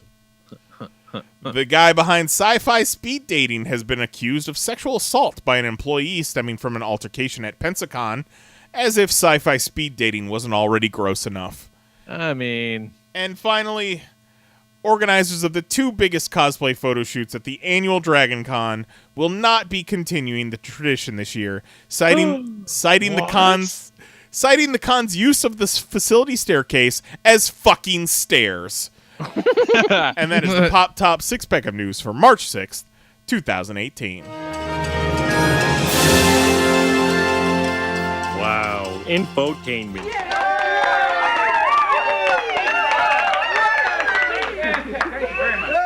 So, Stan Lee, it's sad, man, because, like, he could have a year or two ago when he said that he was going to retire from conventions. He could have retired and just kind of faded away. And just sat down on his giant pile of fucking money. Right. And died as Stan Lee, Yeah. Without any the biggest marks on his record being that he ripped off Jack Kirby. But oh man, sure, to be fair, this dailymail.com story and also TMZ story, they're tabloids. There's also a story from the Bleeding Cool, like it's the New York Times. You seen the Bleeding Cool? So they're saying that they paid a woman to jerk off Stan Lee. It was in the showers. So Stan Lee's manager, longtime manager Max Anderson, who you would see at any Comic-Con appearance that he would make, he would be right next to him when he's signing, doing photo ops, to the point where he was starting to moderate panels that Stan Lee would give. He has been fired, not necessarily by Stan, but by Stan's family. It's unclear. There's a lot of things that are unclear right now, but apparently. Let's also, before we go any further, just in case anyone's wondering, hey, how the fuck old is Stan Lee anyway? He's 95. 95. His daughter, JC Lee, is 67. And apparently Max and JC had what the Daily Mail likes to refer to as a row, to the point where a row is an argument, a fight. That's what the British people call it. But what do they call it in Britain? The LAPD were called to Stan's home. Max was trespassed, fired, as well as Stan Lee's lawyer was fired. And then there's these stories coming out that Stan's nurse, Linda Sanchez, who, as Kelly referred to her, can absolutely get it. Yeah, she can get it. There are rumors that she has been essentially Stan's paid-for girlfriend, and she's been giving him, happy ending massages in the shower, and doing stuff behind closed doors with him, and so on and so forth. Is that so bad? It's elder abuse, especially if he's into it. If he doesn't have all of his faculties. Yes, that's true. If he's not with it, but if he's digging, and these are all accusations. Latin lady get a naked shower, just fucking go for it. The accusation is that Max is using Linda Sanchez to, exploit Stan, and continue to exploit him. I just like the term accused of happy ending massages. No one accuses you of that. That's a gift. That's nice. It's real gross, and without giving our own editorial on it, it's sad, considering how late in Stan's career this is. His wife passed away last year.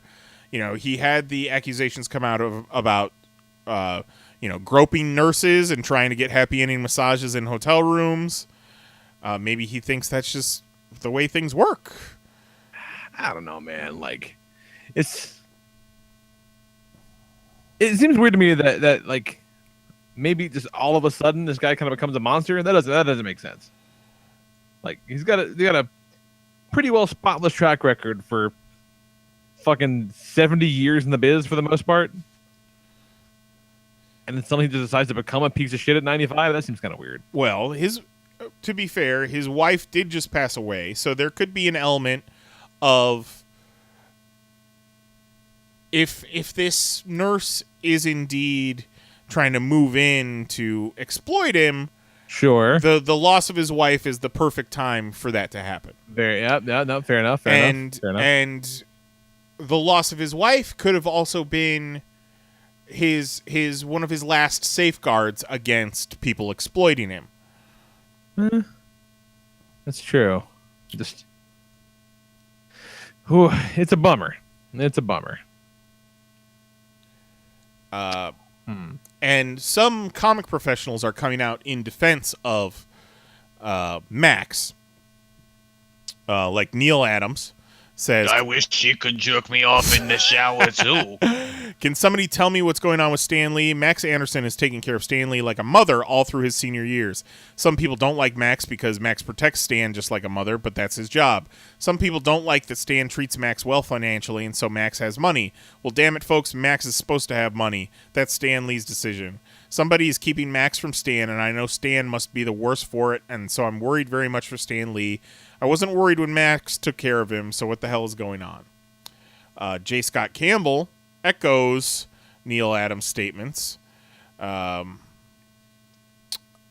that Max single-handedly architects Stan's tremendous financial turnaround this past decade through aggressively negotiating appearances all around the world. J. Scott Campbell says he happens to have personal knowledge that Max has also quietly looked after him by accompanying him to the sets for all of his cameos in Marvel films. Oh, what an angel Max is. Yeah, I fucking hope he would. Going to these Hollywood film sets filled with A-list actors. We all have our crosses to bear, Knize. Regularly took him to his medical appointments. Okay. Like, this is bare minimum we're talking here, dude. I mean, like, is that stuff that a manager does?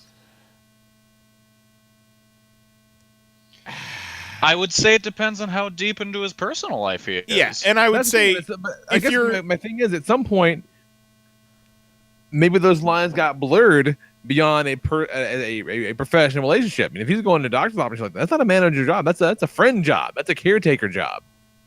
Well, I also think it's a different, for Stan Lee, a manager would be a different definition. I think manager makes it seem better than caretaker, you know? Well, here's the thing. I think that there's a gulf of responsibility between negotiating rates for convention appearances and taking the man to doctor's appointments. Like that's a wide range of responsibilities for a quote unquote manager to have. Yeah, but I would say that it wouldn't be completely out of line for an assistant to do a job like that. No. Definitely so maybe we can just roll in assistant with manager. It very much seems like whether Max is guilty or not, he had a vice-like grip on everything that Stan did. So I doubt Stan also had an assistant. That was Max's job. Because as a manager, why would you have to go to all of his convention appearances either? Couldn't you be doing that? Or couldn't you just sit at home that whole time? Stan's a unique client. Sure. And absolutely. How many other clients does Max have? That's the other thing we got to look at. When you've got the one, you don't necessarily need another one. And then Peter David, a super level-headed dude, also comes to Max's defense. Also gives Max credit for... I've watched Max manage Stan at conventions for the last 14 years. In addition to being a tireless supporter of Stan, including organizing and selling all manner of Stan merchandise that has pumped tons of money into Stan's pocket, I've watched Max treat Stan the way a good son treats his beloved father. All right, so is your son or a fucking mother? People? Right. Make up your mind. Right. and also, like, don't give Max a whole bunch of credit for selling Stan Lee merchandise, because Max is making money off of that too. In fact, I would wager this is not casting any dispersions on whether Max is guilty of taking advantage of Stan or getting him happy endings or whatever. But I would wager that a lot of Stan merchandise and Stan appearances and whatever are Max's ideas. And at this point, I'd almost hope so. Right. He's trying to keep the name relevant, trying to keep money coming in, and he's the manager. So he's working. He's trying to make every possible dollar off of Stan Lee's name that he can for Stan Lee and by proxy for himself. And then Jason David Frank. Nobody asked for your opinion. Sit down, Power Ranger. Like, hey, but Homeboy is very active on the convention circuit. He is. I would just like to say this. I am also very active on the convention circuit. Touche. And I have not seen any mistreatment of Stan Lee whatsoever.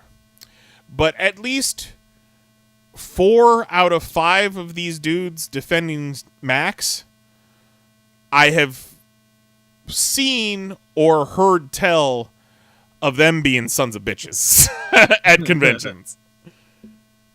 So, you know, maybe they all kind of run in the same circles. Like, J. Scott Campbell seems like a nice enough dude, but I've also, you know, the Stan Lee Museum, there is a lot of J. Scott Campbell art in that Stan Lee Museum. Sure. So he's not completely unbiased. And yeah, we'd all like to know what's going on with Stan Lee. Why aren't we hearing more from Max? And Neil Adams says that someone took away Stan's phone, which is kind of nuts. Yeah, but where is Neil Adams getting that information? He said he tried to call Stan. He wouldn't be able to. He hadn't been able to see him, and like, you know, they're kind of buddies. Interesting. It's all some real intense, like, he said she said shit. Like, it's there doesn't seem to really be any kind of concrete evidence. We know they had a fucking fight. We don't know why. Maybe he shouldn't have a cell phone anymore. Maybe he keeps typing like big-titted nurse porn into his Twitter drafts, and thinking he's using Google. Like, the last time I saw Stan was C2E2. Yeah, 3 years ago, 4 years ago, maybe. Like, and he was very with it, very lucid, having a good time. But I mean, a lot can change when you're that age in 3 or 4 years. I don't know. I haven't seen him recently. Well, and also the thing with Stan is he's very with it and having a good time for that hour. When he's on. Yeah, Right, yeah, for that yeah. hour that he's doing the panel or the photo op. Yeah, he's old, so he needs to take it easy sometimes. And sometimes he's imagine. I wouldn't fucking want that schedule when I'm 95 years old. No. Like, goddamn, son. Like, you've earned the fucking rest, dog. like just chill out. Like, don't stay home on a Saturday. Goddamn. And that's kind of where get a sweet ass rub and tug from that hot ass nurse you got. I kind of got to side eye Max a little bit, because the fact that Stan is still doing conventions at 95 is like occasionally. Yeah, that's a big red flag. Sure, the fans want to see him. Sure, he loves his fans and wants to see the fans. But the man tried to get out. He tried to say that he was retiring, but it did not happen. And now look what happened. Yeah. Yeah. That's so his wife dies, and things start to deteriorate, and now there's a wedge being driven between Max and Stan's daughter or Stan's family, and you know, you kind of have to lean to the family. But then again, if Max has been spending these past 14 years with Stan all this time, but then his wife was always kind of there as a buffer. Right. It's not going to end well for Stan, and I feel like the countdown is on. Yeah, that sucks. That's too bad. And we probably won't ever know what happened. No, what's going on. Nor is any of our fucking business, really. Other than, I think a lot of us are just concerned, just like good old jolly, happy gypsy lover Peter David.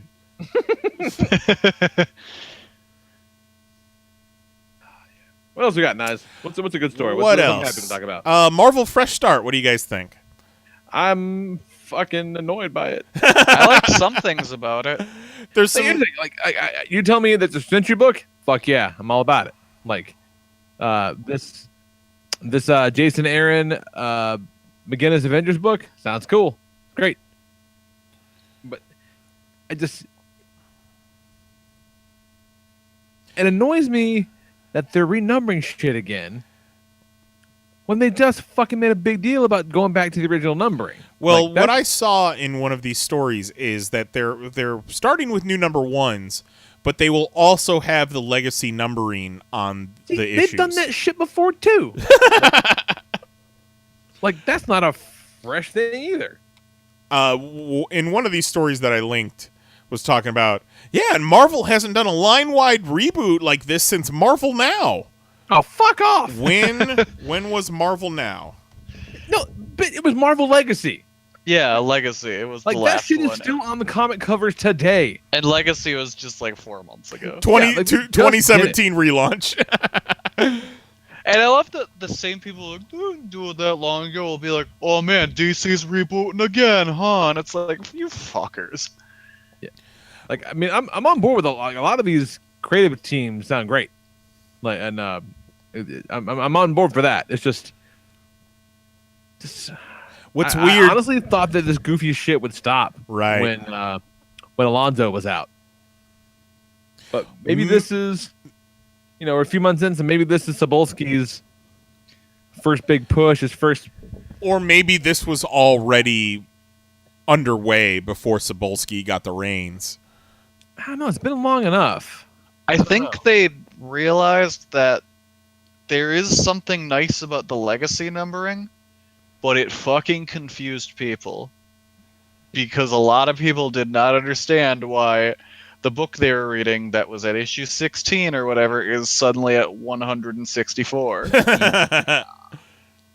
And I think they're kind of trying to combat that, and now each book will have the number of that volume on the cover, and I think the legacy numbering on the inside cover. Right. I mean, actually, the new number ones, I kind of dug. When they would, kind of on the reg, kind of launch new volumes and shit like that, because it made it very clear, hey, this is where shit starts. Like that never really bothered me. It's just I think it was frustrating from the perspective of someone that works at a comic shop. Oh, I guess so. Like, I want Black Panther number 1. All right. Like, fucking which one? Which one? Right? Yeah. I can see that. And then it got even worse when it was like stuff like Howard the Duck had multiple number ones in a year. Yeah, that was kind of dumb. I wouldn't mind. If they would do like one with just Howard the Duck number 9. Like it was the same fucking story. Yeah. As long as they don't do it like that, it's fine. Yeah. Yeah. But man, you tell me Jeff Lemire's writing the Century? Fuck yeah. Sign me up for 3 of those. That's great. I look at this Jim Chung art, this splash page with all the characters, and I feel like I've seen it before. I feel like this is the promo art from Marvel Now that is 5 years, 6 years old now. I mean, it's not that.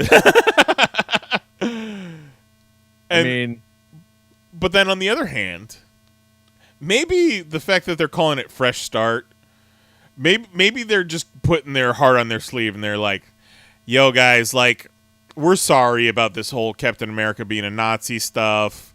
I know that we've been having some problems with our line and people are unhappy, so how about we just I know you don't like it when we do new number ones or reset things, but let's all collectively let's get a fresh start, y'all. Yeah, I think maybe onto something there. Could be good. I'll check out some stuff. Yeah, like, I'm really excited for the Hulk book they're doing, where it's like a horror title. Yeah, they just kind of resurrected Hulk at this week's Avengers, but I don't know why he's there. But whatever. You talking about the Immortal Hulk, brother? And then putting Donny Cates on Venom is gonna be fucking awesome because he killed it on Doctor Strange, and Thanos has been delightfully insane. Yeah, they're making good choices creative wise. Who's doing Spider-Man.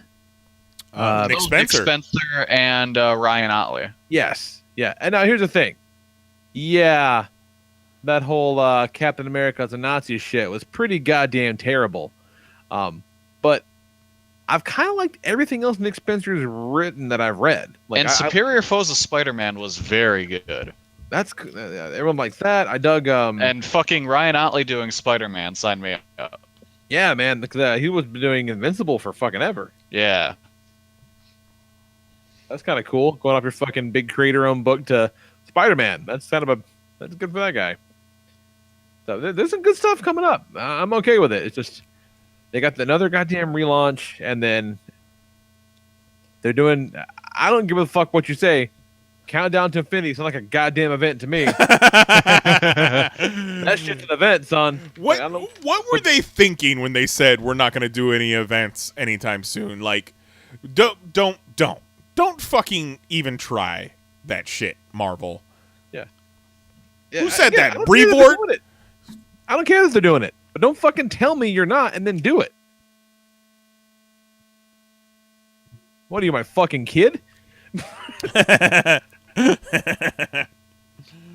I'm hateful. It's more like, hey man, you shit your pants. No. With a undies full of turds. Think you might have. Speaking, so how about a Marvel event that we are into?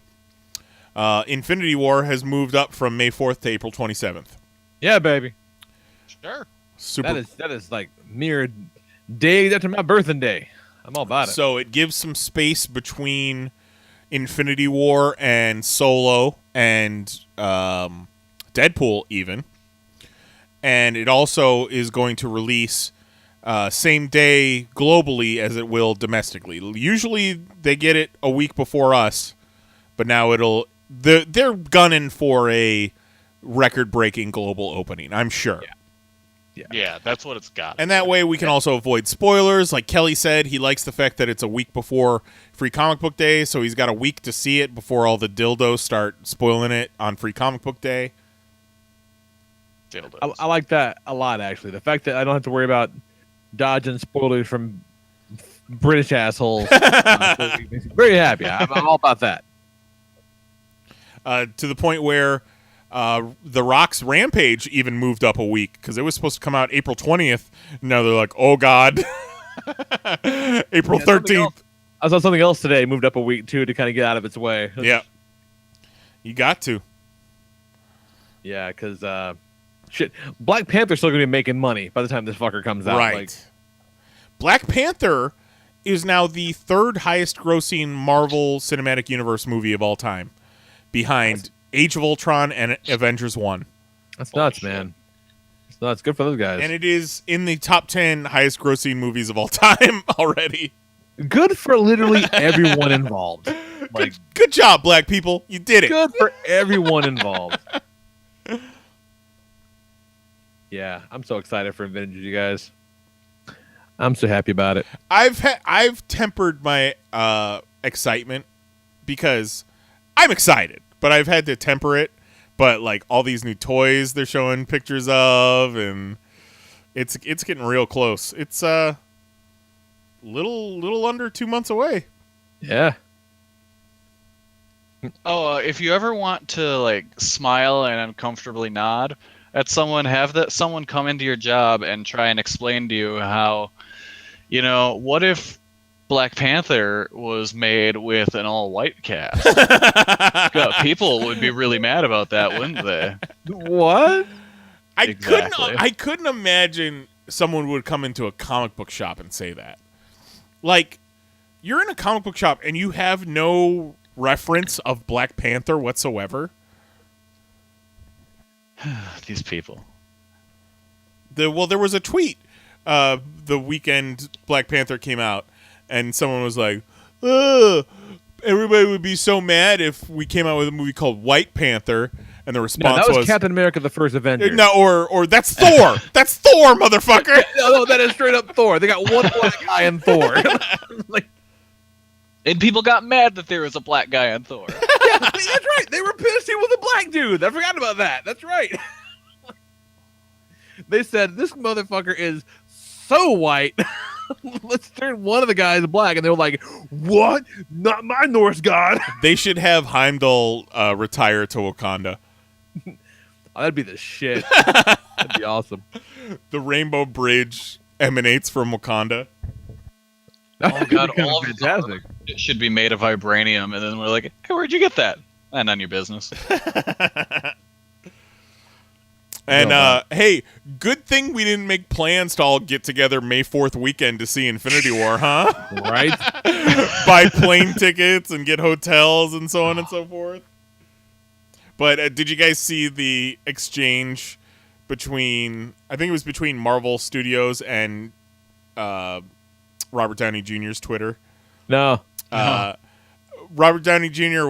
he tweets at Marvel, and he's like, hey, any chance I could see Infinity War a little bit early? And Marvel's like, oh, yeah, cool. And Tony, or Robert Downey Jr. is like, oh, cool, can I bring my friends? And Marvel's like, yeah, no problem. And they showed the gif of everybody running towards the camera at the end of the Infinity War trailer.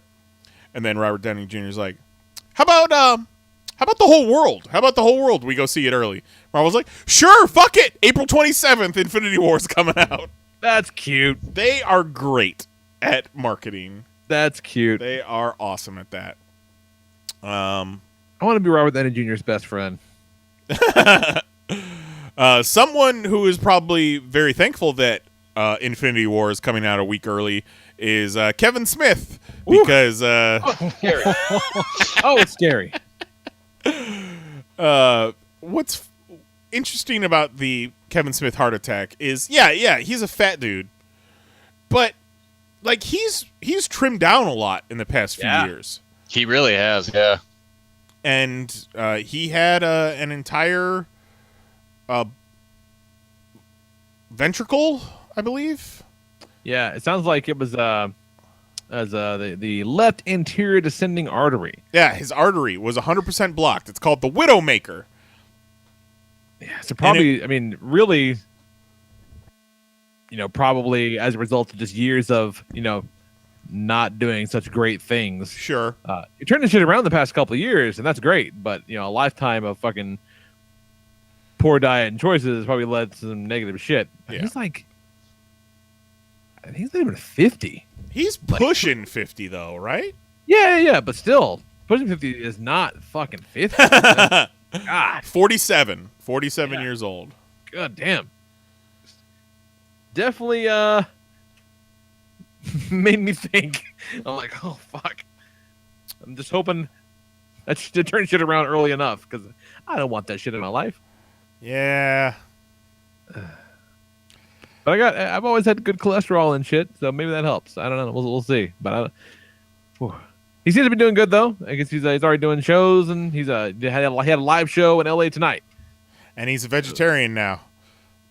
I don't know that even a heart attack. Why couldn't the heart attack take me? I don't know that even then if I could be like, yeah, vegetarian Lee. I don't think so. Like, I could be a vegetarian if, like, you're saying that, like, I could eat all the candy and Hostess that I want. And I think that might be part of the problem. Yeah, no. Blah, blah, no. You know why? Because fucking vegetables are gross. I fucking, for dinner last night, came home after class, and I melted some butter, sauteed up some spinach, tossed scrambled some eggs, tossed some avocado, stood up in there like it was a nice, healthy meal. You know what? Also, it was fucking gross. It was fucking gross and bland, because spinach sucks compared to anything else. Okay, like, at least it wasn't kale. Yeah, kale's disgusting. Dry kale is trash. But I have found that if you do saute it up, it is a bit more palatable. But even then, like, fuck vegetables. Like, pizza rules, all right? They fucked us, man. They fucked us forever. This picture of Kevin Smith, he tweeted after he got home, and I'm looking at his hairline, and it just makes me think of the fact that we shot Kevin Smith at a few consecutive conventions when he wasn't wearing a hat, and then one year he just starts wearing a hat again. Yep. And he hasn't taken it off since. Nah. Until he had a heart attack. And boy, oh boy, like, you guys, you don't know how hard I had to bite my tongue from making Kevin Smith jokes after he had a heart attack. Like that dude. Maybe if you would have read the midget script. Always been a fan. So yeah. Get well soon, Kev. I'll be all right. What else we got? Sci-fi speed dating. I'm gonna file this one under my. You can't see my what face from here, but I'm making a what face. Pensacola, Florida. Pensacon. That ran last week. Oh, that's just the shittiest name for anything. Yeah. A female booth worker, Kristen Reynolds, claimed she was sexually assaulted by her boss when walking from the Pensacola Bay Center toward the Grand Plaza Hotel parking lot, and she worked for Sci-Fi Speed Dating. And since Sci-Fi Speed Dating has been a staple of Comic-Cons for years now, all the big shows, and they even had a reality show about it, like a pilot, I remember. Yeah. Happened a few years ago. And Sci-Fi Speed Dating has closed their Facebook page. That's not good. And no, that's not a good sign. Sci-Fi Speed Dating head Ryan Glitch has said that he has stepped away from Sci-Fi Speed Dating, handed it off to his second in command, and is no longer running it while this is an ongoing situation. And then a press release will be sent out later this week. Ooh. Yeah. Oh, that's not great. On one hand, Sci-Fi Speed Dating, while on the surface seems kind of gross, it was always kind of genuine in person. Because we've had to try and shoot some Sci-Fi Speed Dating, and we always get shooed away because they don't want people to feel self-conscious. They want people to have a good time. And it always seems, it's always full. It always seems like people are having an all right time.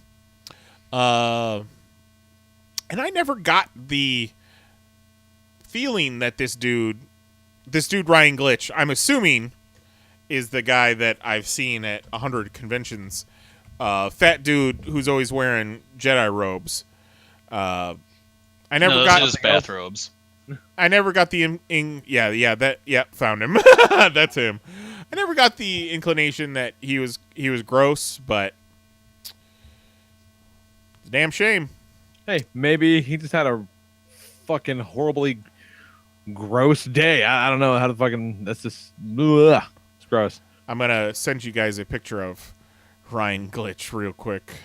Hold on a second. It's kind of thing like you first hear about it, you're reading about it, and like the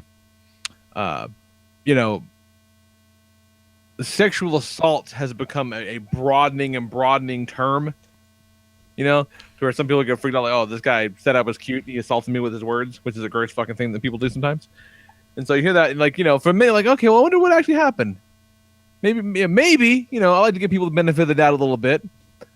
But when they start fucking immediately taking down pages and like, oh, this was some real horrible shit. Yeah. And yeah. I can see it.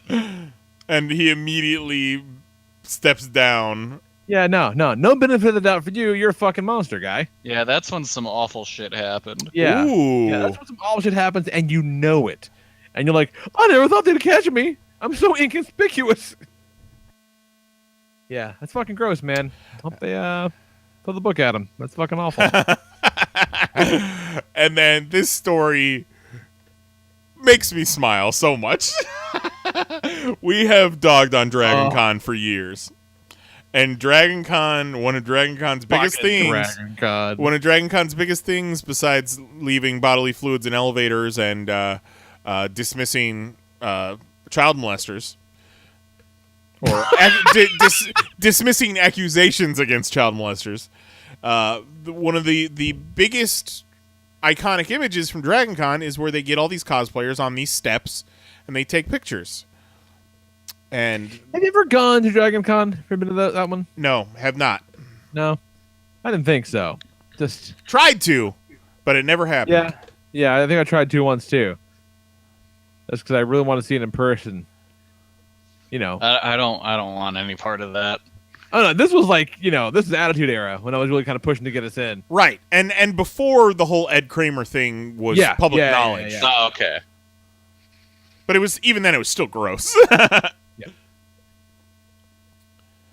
But the group that organized these two big photo shoots, I'm assuming one is DC, one is Marvel, has decided they're no longer going to organize these shoots because as recently as of last year, Dragon Con was using those steps for the convention. God damn it. How dare they? Yeah. They were using those steps for queue lines, and they were using those steps as an exit for panels. How are we supposed to get our 100,000 Marvel cosplayers together to take a stupid picture? God. And the organizers, they're from... Who is the organizing group? Whatever. The organizing Superhero Costume Forum. They said they got in contact with the Dragon Con organizers and were like, okay, well, if we can't use these stairs, like, maybe you can set up some, like, bleachers and a backdrop and water fountains and stuff inside somewhere as, like, a cosplay area that we can do these photo shoots. And I hate every one of these fucking people. I hate them all. And Dragon Con was like, nah.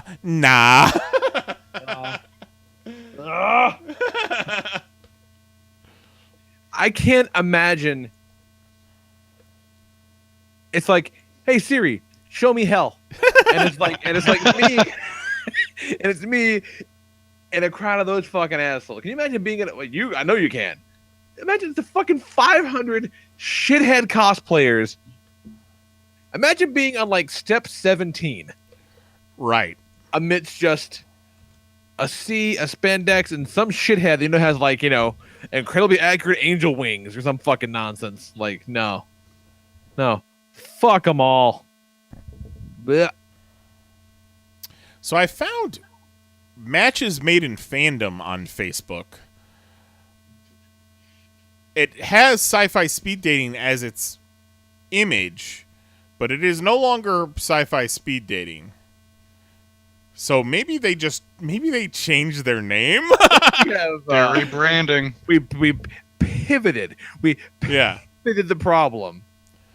But this picture that I just sent you guys is another happy engaged couple. Rachel and Kendrick met in 2015 at Pensacon, and it's Ryan Glitch with this couple. And he's got a face that he's like, oh yeah, I'm going to sexually assault somebody. Every time you say Ryan Glitch, I keep thinking you're saying Jiminy Glick.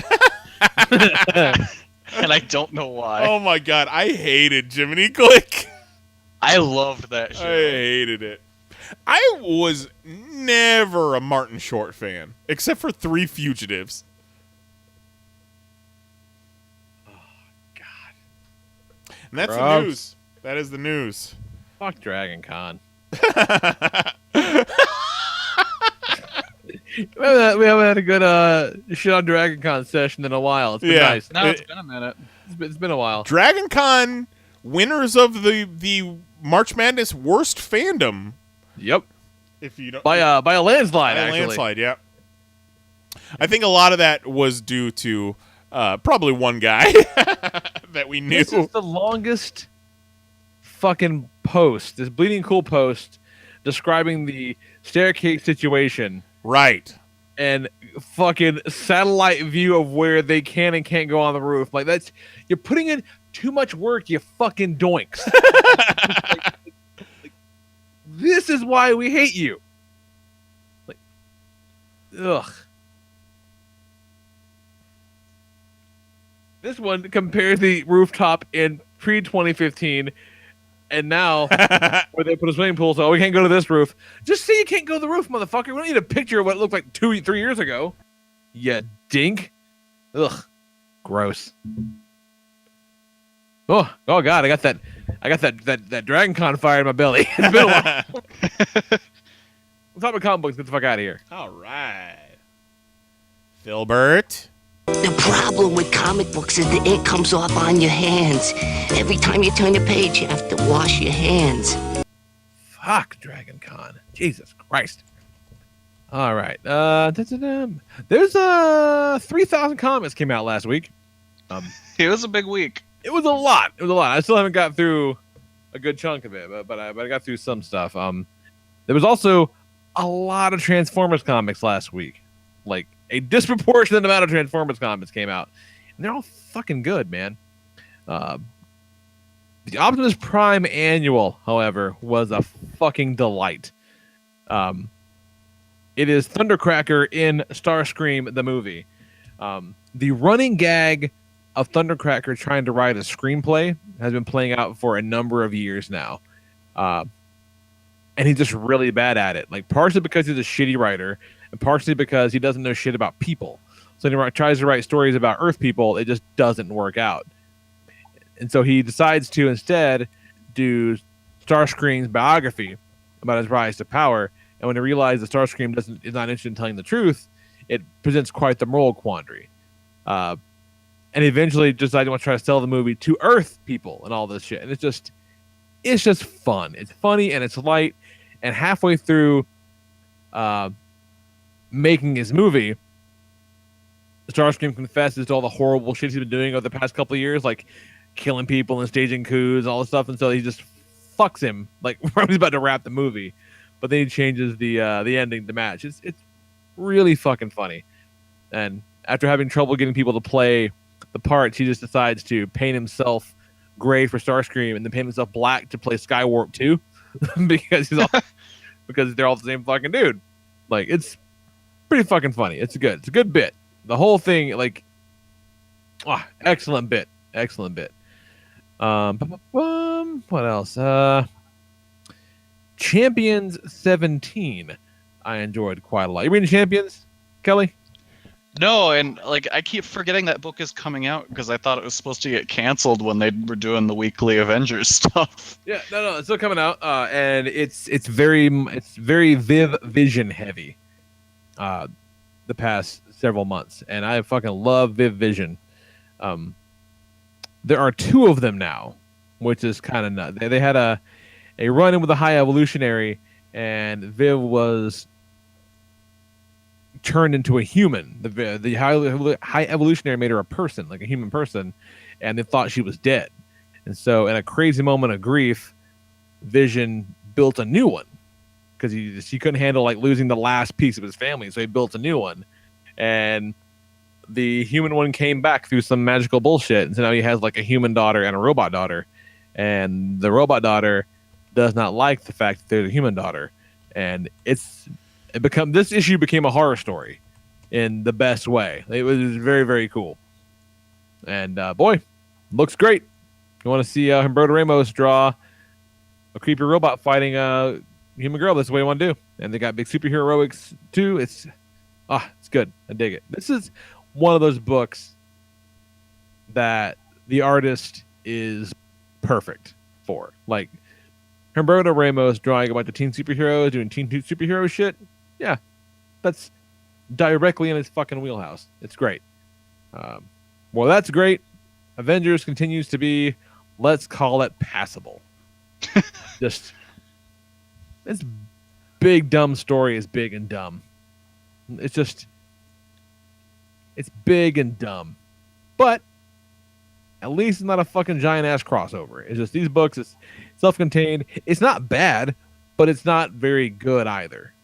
But they did bring back the Zombie Hulk did come out in the last issue of this, the last page rather. So I guess spinning out from this would be that Immortal Undead Hulk book. What else? So this Venom and X-Men crossover is happening. And so now you got the original 5 X-Men, all have got symbiotes on them. That's kind of neat. and they're gonna fight a poison. Okay, all right. Never would I have thought to pitch Venom and the X-Men go into space and fight aliens, but somebody did. So good for them, I guess.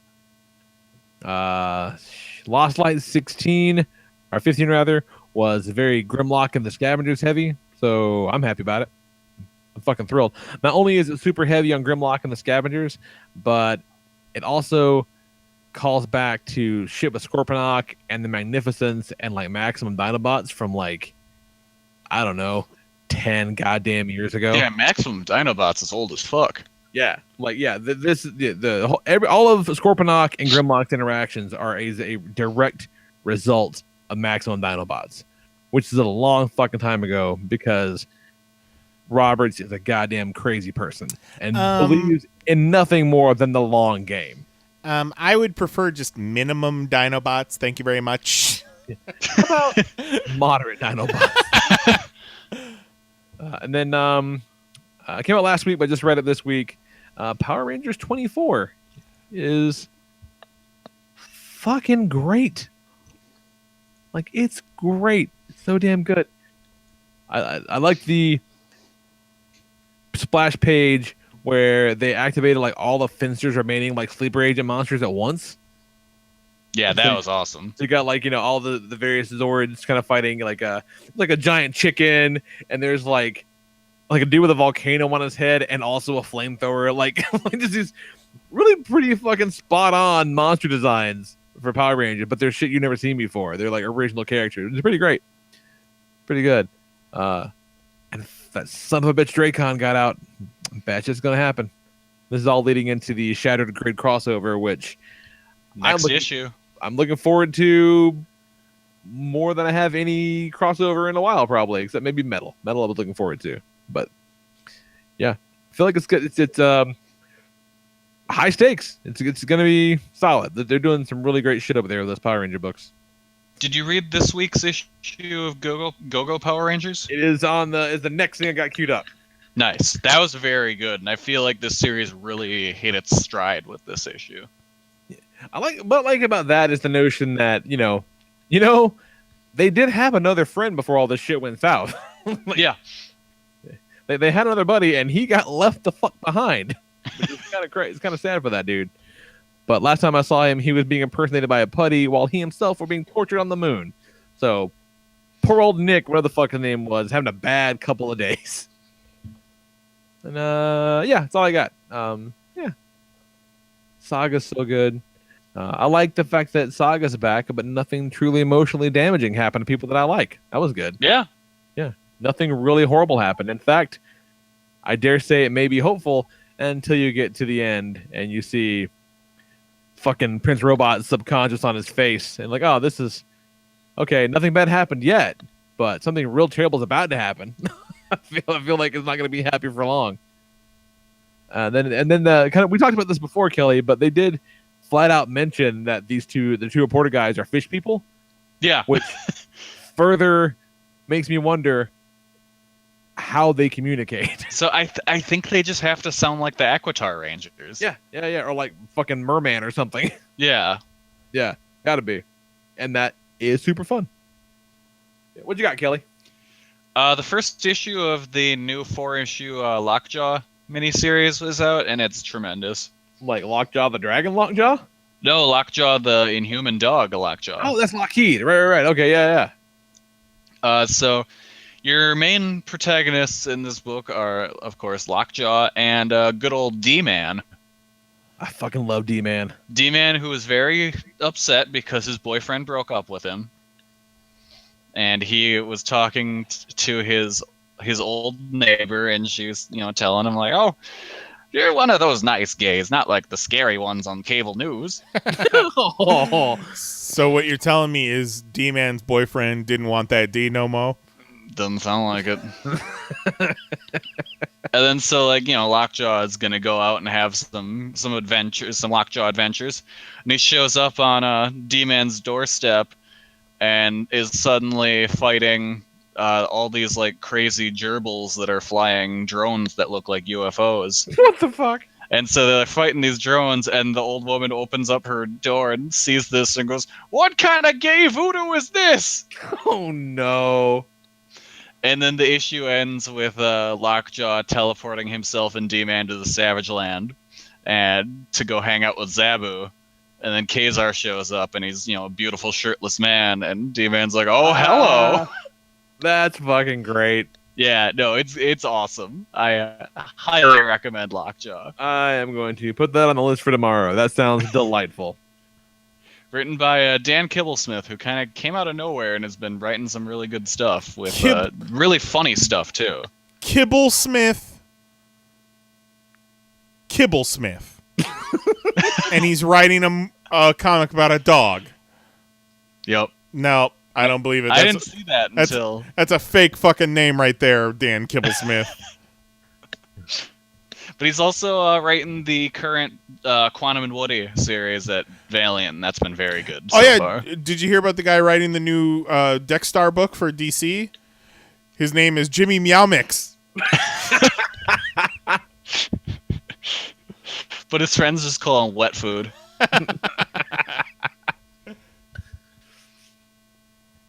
Good stuff. And that's really all I got. I read some other stuff, but I think Lockjaw was the book that really stood out the most to me. Fucking A. I will put that on the list for tomorrow. Check it out tomorrow. What you got going on, Knize? Still reading my Jenna Fisher book every time I take a poop. It's getting a little further along every time. You reading books without pictures? Reading a book. No, there's pictures. There's pictures of Jenna Fisher in it, so that's a bonus. That's better than most of the books I read last week. Oh, I real fast, I would like to read this description of this video game that I just happened upon on Amazon. Because what I'll do is just go through my Switch games and look at, people also bought, to see if there's games that I missed or something. And I came across this game called Galgun 2. And the description says, Galgun is back for an adventure more outrageous than ever before. Oh. A new army of girls has been overpowered by lust in the full-frontal sequel to Japan's most infamous shooter. Fend them off with your pheromone shot and use new gadgets to expel demons from their bodies in the most audacious first-person shooter you'll ever play. That sounds... Features... The craziest shooter yet helps swarms of girls exercise their demon possessions by hitting their pleasure spots with your love gun until they explode in euphoria. A gorgeous new cast with the alluring angel Risu become romantically entangled with girl next door Chiru and childhood sweetheart Nakano. Fulfill each girl's desires. Manage your schedule to receive jobs from the Academy's love-struck girls and satisfy their requests to unlock new missions and story scenes. Suck your way to Pantsu Paradise. No! Equip the Demon Sweeper capable of vacuuming up Gal Girl 2's pesky demon menaces and sucking the dresses right off the girls' bodies. Oh. Get up close and very personal. Enter Doki Doki mode, which returns in its biggest, boldest, and bounciest guise ever to rub, caress, and poke your way to happiness. That is all terrible. That's the game that if I see it for $20, I'll buy it. That is... Because I want to know what these games are like. These are games I want to experience it, Yeah, but not to the tune of $60 damn. No. $20? Yeah.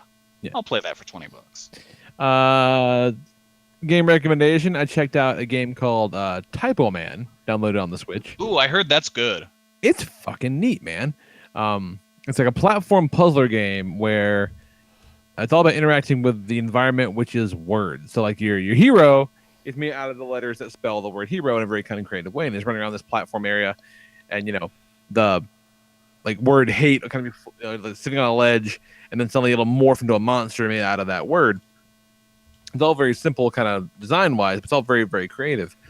And so you'll just see like a random pile of letters. You got to pick it up and make the word raise. And if you push it together, it'll make like the platform is raised, or like I used it was praise with a P, so you fucking move raise over and it lifts up a platform, just for example.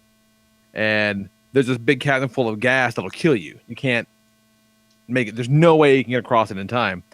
You have to pick up the P and carry it with you, drop it down next to the gas, make it the word gasp, makes an air bubble so you can take a deep breath, carry it to the next gas, and then escape. Like, shit like that. It's very clever. Never seen anything quite like it. It's very cool. I would recommend it. I think it's like $12 or something really cheap like that. Totally worth getting. Nice. Just a classic old school fucking. This is a straight up video game. You know what I mean? Like, yeah, I dig it. It's good. Yeah. Anything else nice? Nope. I don't know if you know this or not, Kelly, but the cast of Galgun appear to be available on a variety of body pillows in various stages of undress. Oh, good. Yeah. So when you do check out the game, you become a big fan. Make sure you gotta get the whole library. Yeah. Of pillows. Because nothing says definitely okay quite like a mostly nude teen girl on a pillow the size of your body. Yeah, no, that's the best. No, I'm sure totally fine. Totally A-okay. No red flags at all if you see something like, I don't know, 7 of those in an apartment. Can't wait to take one to Olive Garden. I'm sure it's just fine, ladies. Sit down. Spend the night. What's worse, 7 or 1? Because that is actually a very good question. 7 implies like it's a collection and it might be ironic. 1 is like that's my waifu. This is what like, I want to love. Like, don't sit in her seat. Oh God, no. Which is worse, 1 or 7? Email us, popcast@PanelsOnPages.com, or leave us the voicemail at 616-951-1POP. Got a new pillow for each day of the week. Ooh, good point. Yeah, because variety is the spice of life, Kelly. I don't know if you know this or not, but like it can't be tied. I'm no one pillow man. I can't be tied down like that. Gotta sew these pillow oats, son. Gross. I don't even think about pillow oats. Someone is seated in them pillows.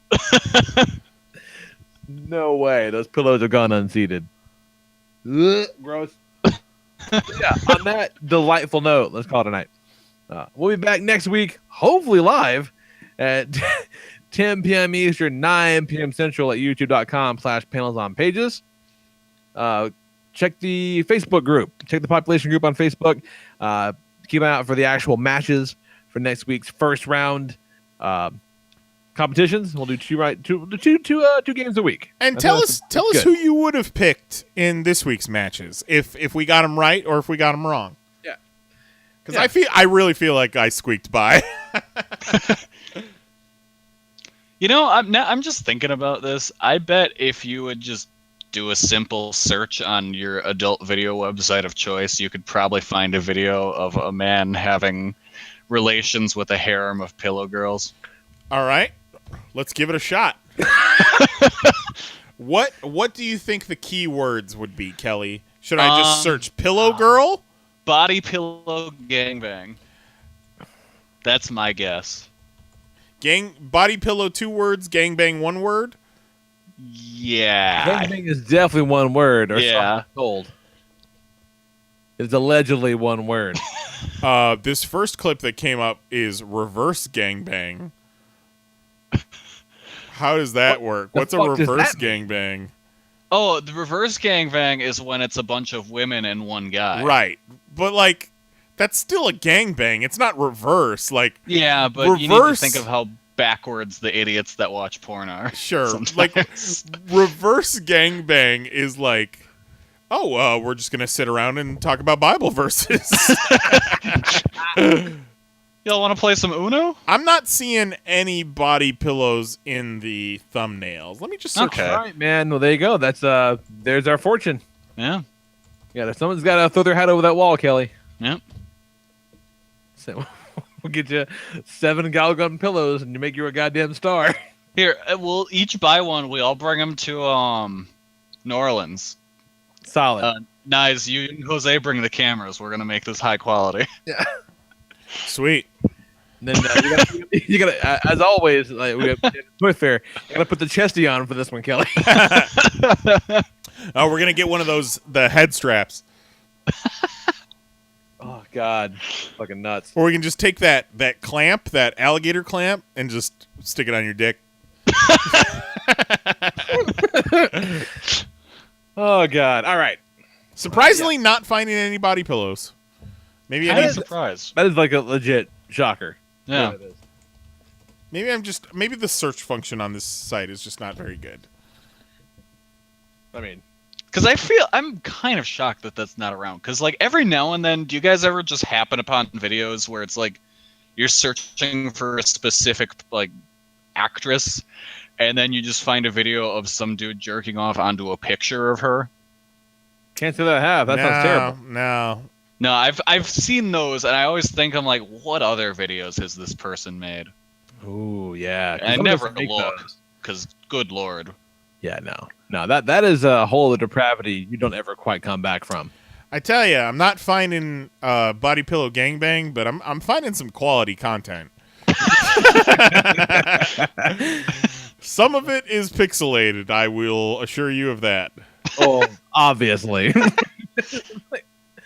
All right.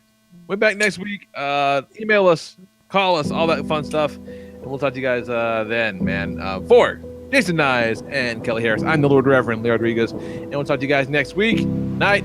Love you. Bye-bye.